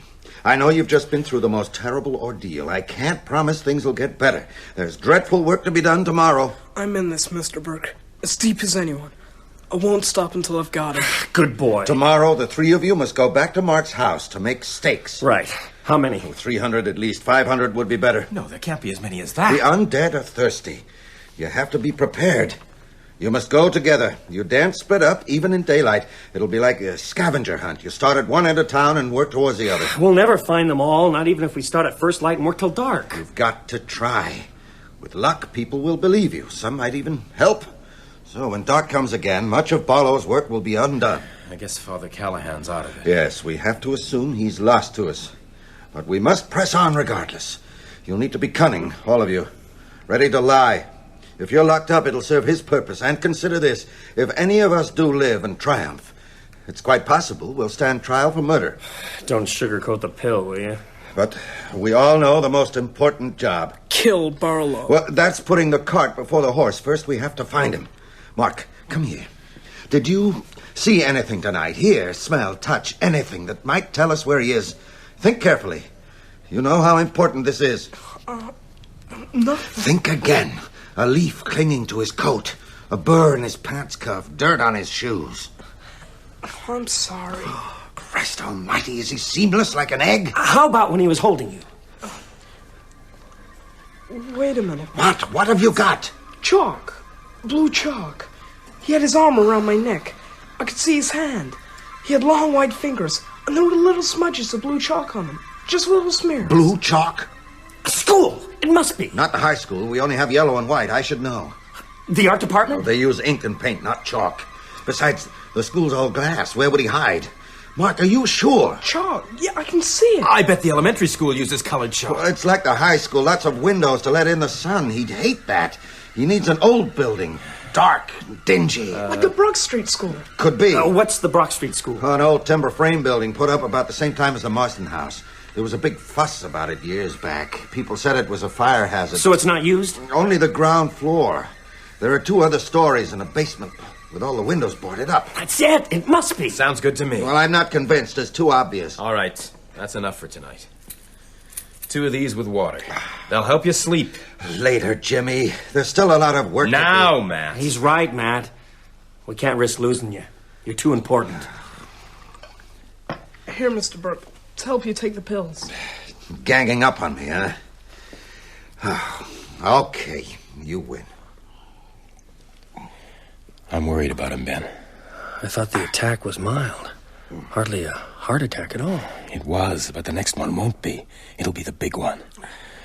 This business will kill him if it doesn't end soon. That night, we slept in the hospital in Matt's room. Matt lay propped up on pillows, sedated. Jimmy and I tossed and turned in the uncomfortable chairs. Mark curled up on the floor and slept like a baby. The morning seemed to come very soon. Ben. Ben. The sun's up. It's time to get going. Jimmy, wake up. Ah! What? Where am I? Hospital. Mark, sorry. Dream. Daylight, thank God. Matt's still asleep. Yeah. He's an old man all of a sudden. His pulse is steady, color's good. I'd say he's better than he was last night. All right, we don't need to wake him now, do we? No. We'll just tiptoe out. Should we leave him here alone? We have to. If we stay here all day, we're playing into Barlow's hands. We must trust Matt's ingenuity. Come on. Where to first? Brock Street School? No. Too many people. That'll have to wait till this afternoon. Mark's house first, to make stakes. And then? We use them. Stake as many as we can. But you do realize, don't you? Unless we find Barlow, this is all a waste of time. If it, escapes us today, we're finished.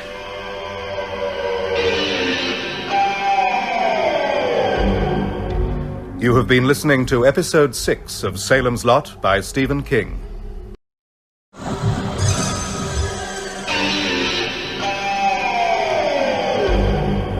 Stephen King's Salem's Lot.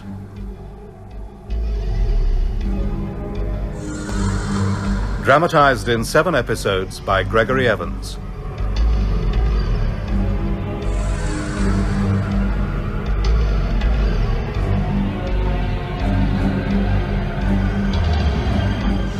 Episode 7.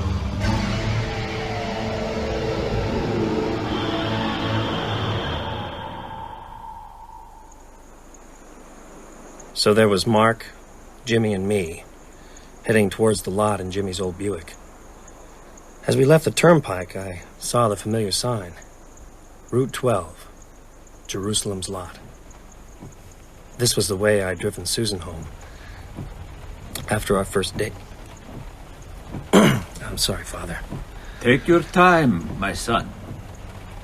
I was thinking about what Mark had told us the night before. About the blue chalk on Barlow's fingers. It was going round in my mind, fighting the fear and the dread and the grief. Blue chalk.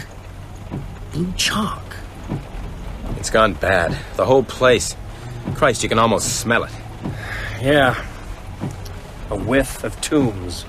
I've never seen it so quiet. Hey, look there. Barlow and Straker Antiques. Closed until further notice. Thanks to you. Jimmy, pull up. Blue chalk. Barlow cleared customs. Customs officials check boxes through with chalk. Maybe he's holed up inside.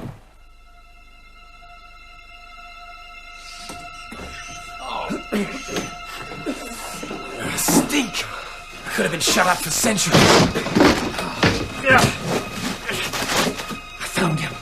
I found him! Inside this crate! The hammer, quick! Sleeve! I can see his hand! Careful, Ben, you'll cut yourself! Mark, the stake!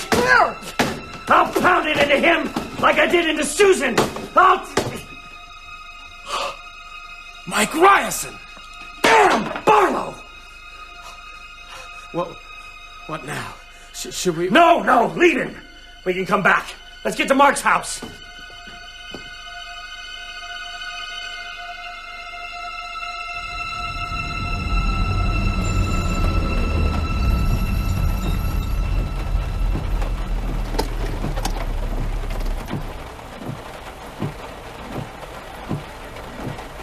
I wonder if Father Callahan's still in there. We'll soon find out.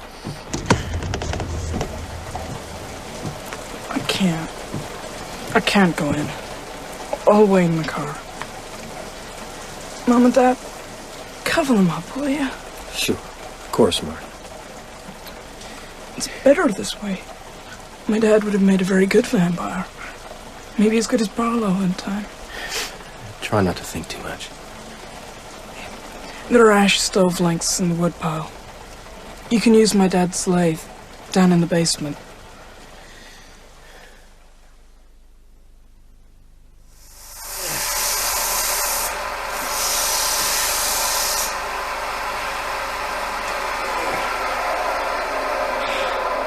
That's 19. Ben, wait! Whew. This isn't gonna work. What else can we do? You want to quit, Jimmy? Is that what you want? No. But Ben, it won't just be today. It could be weeks before we get them all. If we ever do. Can you stand that? Can you stand doing what you did to Susan 1,000 times? Pulling them out of their stinking bolt holes, screaming and struggling, pounding in the stake. Can you keep that up without going crazy? I don't know. What about Mark? He'll be ready for the nuthatch. And Matt, he'll be dead. I guarantee it. So what the hell should we do? God knows. But we have to think. Think? I'm trying not to think. Well, maybe you should start. I can't! I take it as it comes! If you've got a better way... Hey, Ben! I'm sorry. We can do it, Ben. I believe that, but we must be scientific. Listen, now, your production, right? Right. You stay here, turn out the stakes. Mark and me, we're research. We find them. We mark the locations. With this, we spray a cross on the door. Yeah. Then tomorrow we go back with the stakes, together. Well, won't they see the marks and move? No, I don't think so. They're pretty dumb. Okay, get going. Come back around 3. By then we can get into the school.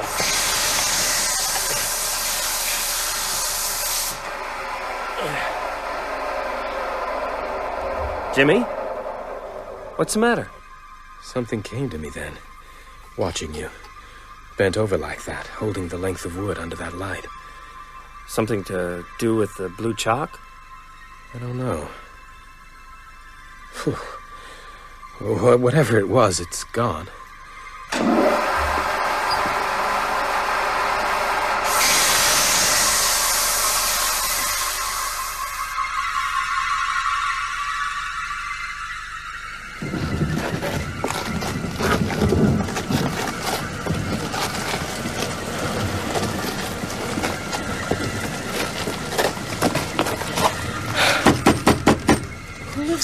The McDougals.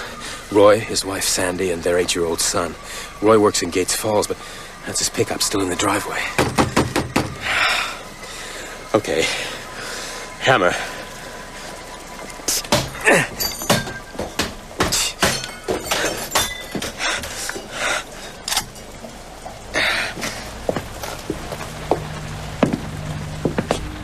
They're here somewhere.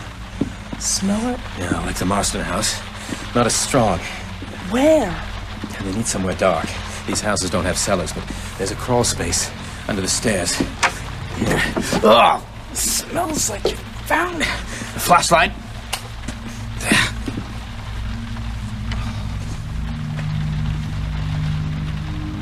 All laid out, side by side. Oh, God. A little boy, too. Can we do that to a kid? Come on, I'll mark the door. We'll try somewhere else. Jimmy, let's pull one of them out. What? Why? Maybe the daylight will kill him. Then we won't have to come back with the stakes. Good idea. Which one? Not the kid. The man. Right. A foot each. 1, 2, 3.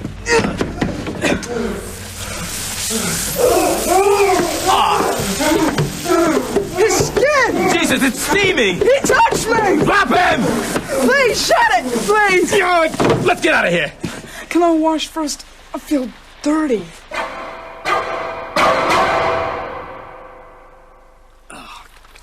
Poor kid. All his toys are here. We'll try next door. He's got a neat Dave computer. Evans and his family. Amazing. Dave works in His own Cumberland. television, a I haven't seen him miniature for a few pool days. table. Mark, what did you say? I said he's got a TV in his room. No, after that. And a pool table. Blue chalk. Pool, that's it. Barlow's hiding in a pool hall.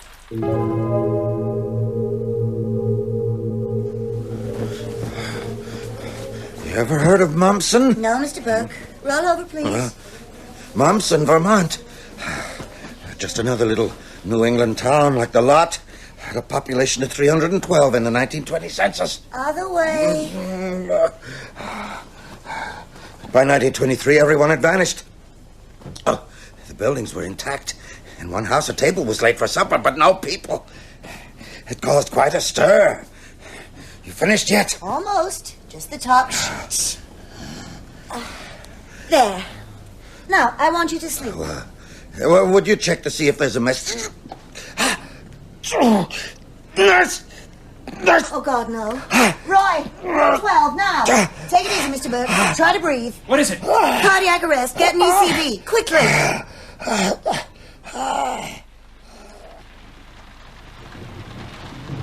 There is no pool hall in Salem's lot. Gates Falls is the closest, but Barlow is here. People have pool tables in their houses. Yes. I'm almost there, Mark. Keep talking. Pool tables. They'd keep it in the games room. Maybe the basement. No. For a full-size table, it'll have to be a big house. I've got it. I know where Barlow's hiding. He's in the basement of Eva Miller's boarding house. Are you sure? Yes, Eva's got a pool table. Belonged to her husband. She put it down in the cellar last year. It must be there. Let's get him. Wait, let's call first.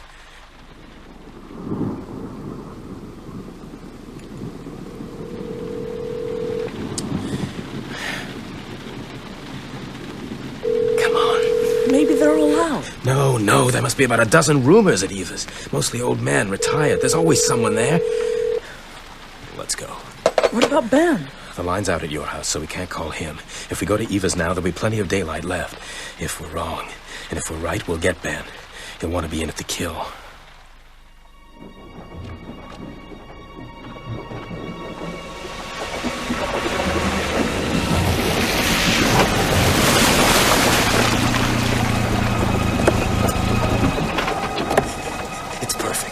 Holding up here in the local boarding house, surrounded by his children.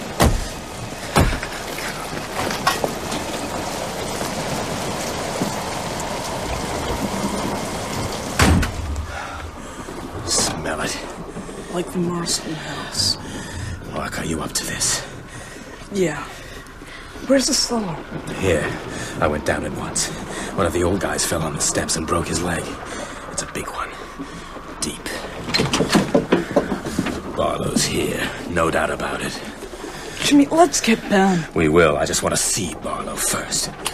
Oh, damn, no light. That figures.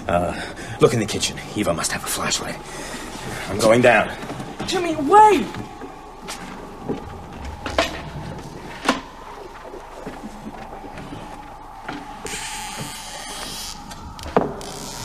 Dark as a grave down here. Jimmy, I found the flashlight!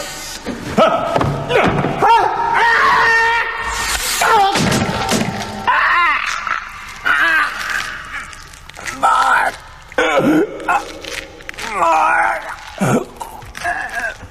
Don't move! Don't move!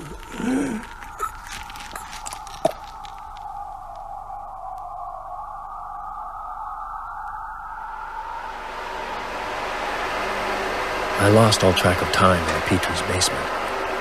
When I checked my watch, I was shocked to see it was already nearly 5. I shut off the lathe, went upstairs. The phone was out, and I had no keys to the cars parked in the drive. So I set off at a fast walk towards the Brock Street School, keeping my eyes peeled for Jimmy's Buick. It soon came into view, weaving drunkenly across the road, moving in jerks and spasms. I waved, and it pulled over, bounced off the curb, and came to a stop.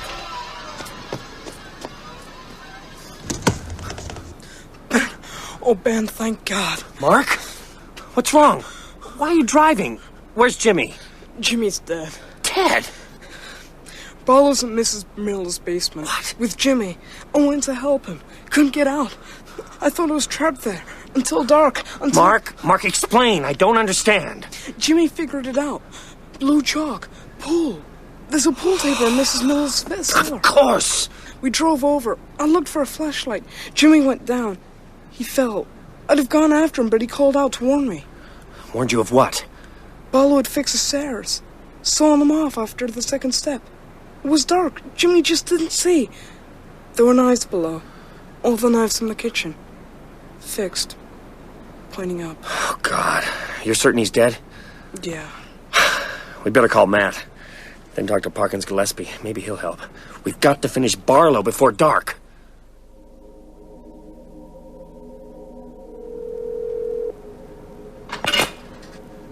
Cumberland Plant Hospital, Seton Ward. How can I help you? Matthew Burke, please, room 12. Who is this? Ben Mears.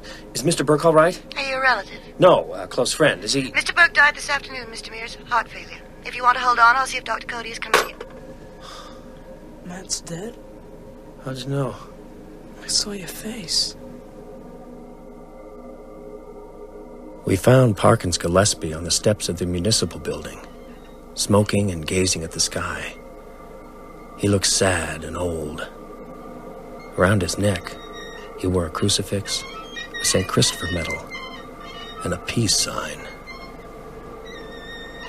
I seen you, trucking back and forth. Looks like the kid was driving by himself that last time. I was. Well, you want to take care, son. Constable Gillespie, I've come to tell you what's going on in this town. I don't want to hear it. What? Nolly didn't show up today. I can't say I'm surprised.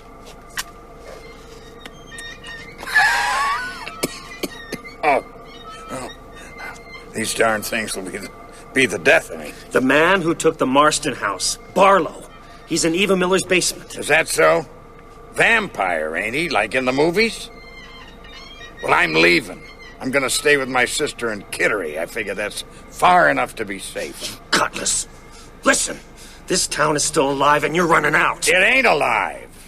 That's why he came here. It's dead like him. Has been for years. The whole country's going the same way. You go to a drive-in, you see more blood in one night than I saw in all my tours in Nam. The folks here, they probably like being vampires. But not me, I'm getting out. You ought to do the same. This town will go on without us for a while. Then it won't matter. It was after 6 when we pulled up at Mark's house. I went to the basement and chose the best of the steaks. Mark looked in Father Callahan's old sedan and found the bottle of holy water the priest had taken from the font. Then Eva's again. As I turned into the driveway, the sun hung blood red over the western pines. Up in my room, I could see my typewriter on the table by the window, and beside it, the typed pages of my novel, held down by the glass globe paperweight I had taken for a dare from the Marsden house all those years ago. We crossed the porch, where Susan and I had first kissed. The kitchen door was open, as Mark had left it. Ben, I can't. I just can't. Come on, Mark. Come on. It's gotta be both of us. No. Mark! No, I've done enough. You and me, we're all that's left.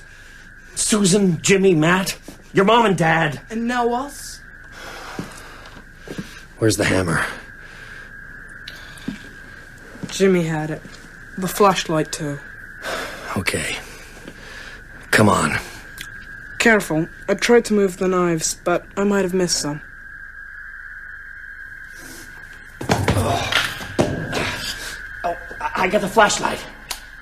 Still works. Oh, Jimmy. I'm sorry, Ben. I can't look. Oh, no, it's okay. He had the revolver in his pocket.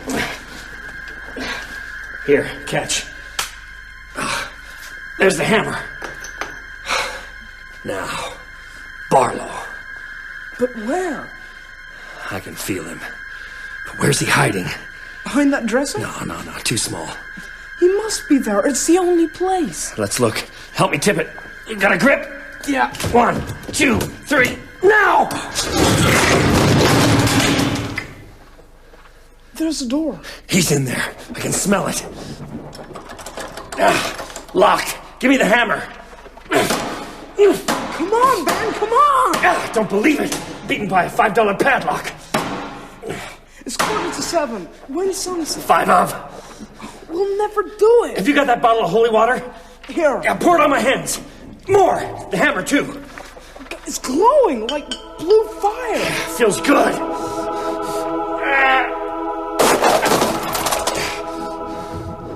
There's a whole other room through there. There, the coffin. See his crest? Oh my God. Mark, look around. His children. And guardians. Eva. Weasel Craig. Grover Merrill. That's Mr. Milligan from the second floor back. Everyone. I lived with these people. Come on, Ben, there's no time. It must be almost dusk. Here's the steak. Oh no, there's locks and seals. Doesn't matter. I can feel the power in me now. At last, things are running our way. Be quick, please.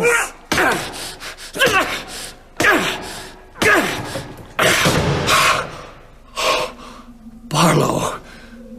But he's so young. I thought... He's beautiful. Mark, don't look at his eyes. You would harm the master? I'll kill you! Mark, give me the gun! Sorry, kid. Look at me. No, I won't. I've come to destroy you. Look at me, scribbler. Me, who you would slay with your miserable little stick. I write in human lives. Blood is my ink. Look upon me. And despair. Hammer. Where's the hammer? Ben, here! Too late. Thanks, kid. You are mine. Never! Let me be! Let me be! This is for Jimmy! Matt! Father Callahan! The Nortons! The Petries! This is for Susan!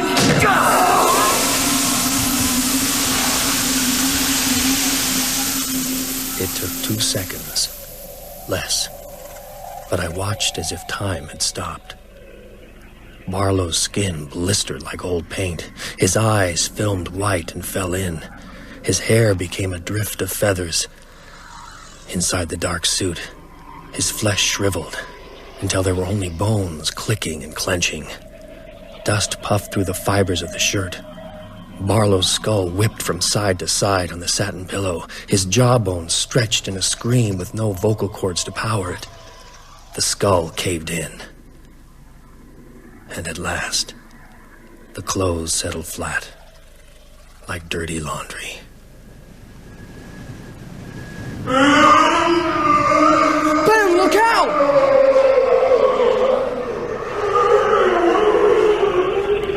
The master! Kill the master! Mark! The holy water! Quick!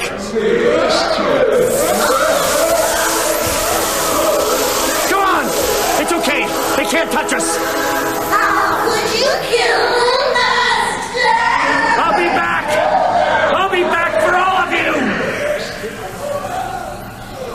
When we got outside, Mark fainted. I picked him up and carried him to Jimmy's Buick. As we pulled away, I saw them. They were there in the streets.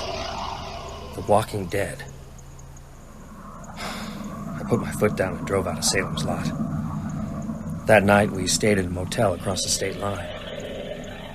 I signed the register. Ben Cody. And son. And then you came south, here to Mexico. No, not right away, Father. I had some unfinished business. The next day at dawn, I left Mark in the motel room and drove back. Madre mia. Why? I went to Eva's first, up to my room. It was just as I'd left it. The bed unmade, typewriter on the table, the pages of my novel beside it, held down by the glass paperweight. I burned the book. You never told me that, Ben. Didn't I? Well, I guess it didn't seem important. I dropped it into the wastepaper basket and let the flames devour it. Then I picked up the paperweight, shook it, and watched slow flurries of snow hide the tiny house.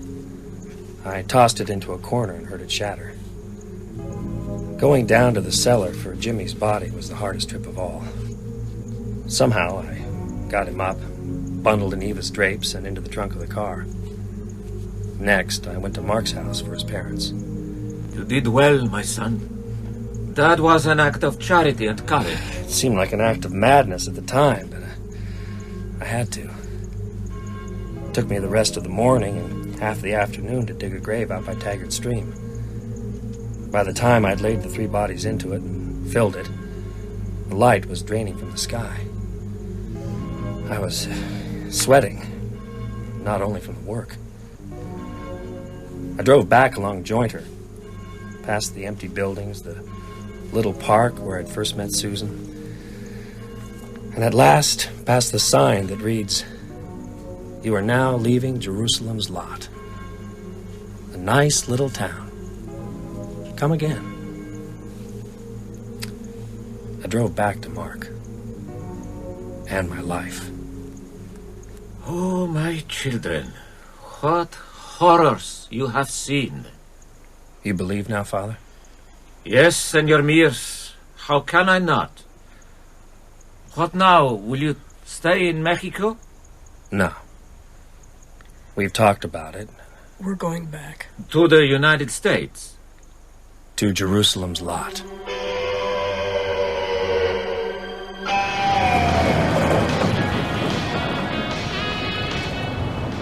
WJAB, non-stop music and news serving the whole of the South Maine area. Let me remind all you solid citizens that the Maine Fire Index still stands at 5. You up to this? 5. Jimmy asked me that Second question highest once. reading ever. This hot Ben, Indian I'm summer up to it. continues with skies still dry in southern Maine. No rain since early September and none on Look. the way. So drivers, 12. rush those smokes. Jerusalem's lot. Touched like Leo, the eyes of Lucifer.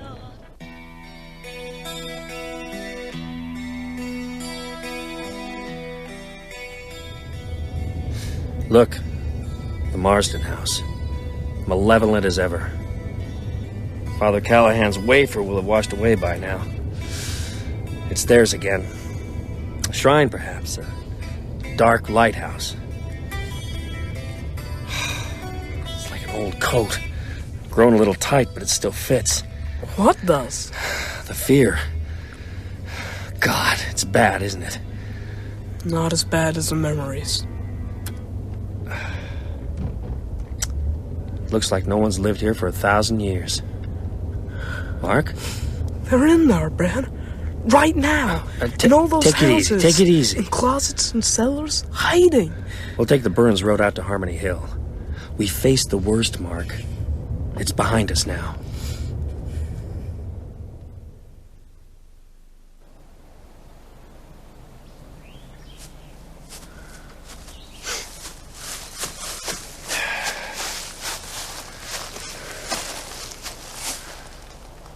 Why here? This is where the Great Fire started, back in 61. The wind was blowing from the west. Just like it is now. You think a guy got careless with a cigarette? One little cigarette. Can I light it for you? Sure. Thanks.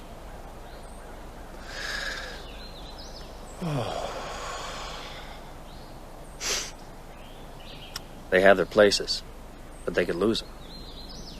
A lot of them could be killed or destroyed. It's a better word. But not all. You understand? Yeah. They're not bright. If they lose their bolt holes, they'll hide badly next time. 2 people could do well. Maybe it could be all finished by the time the first snow flies. Maybe it'll never be finished. No guarantees. But without something to drive them out, there'd be no chance at all. Yeah. It'll be ugly, dangerous. I know that. They say fire purifies. Purification should count for something. Don't you think? Yeah. We ought to go back. These things will be the death of me. Tonight they'll be on the run. And tomorrow, You and me.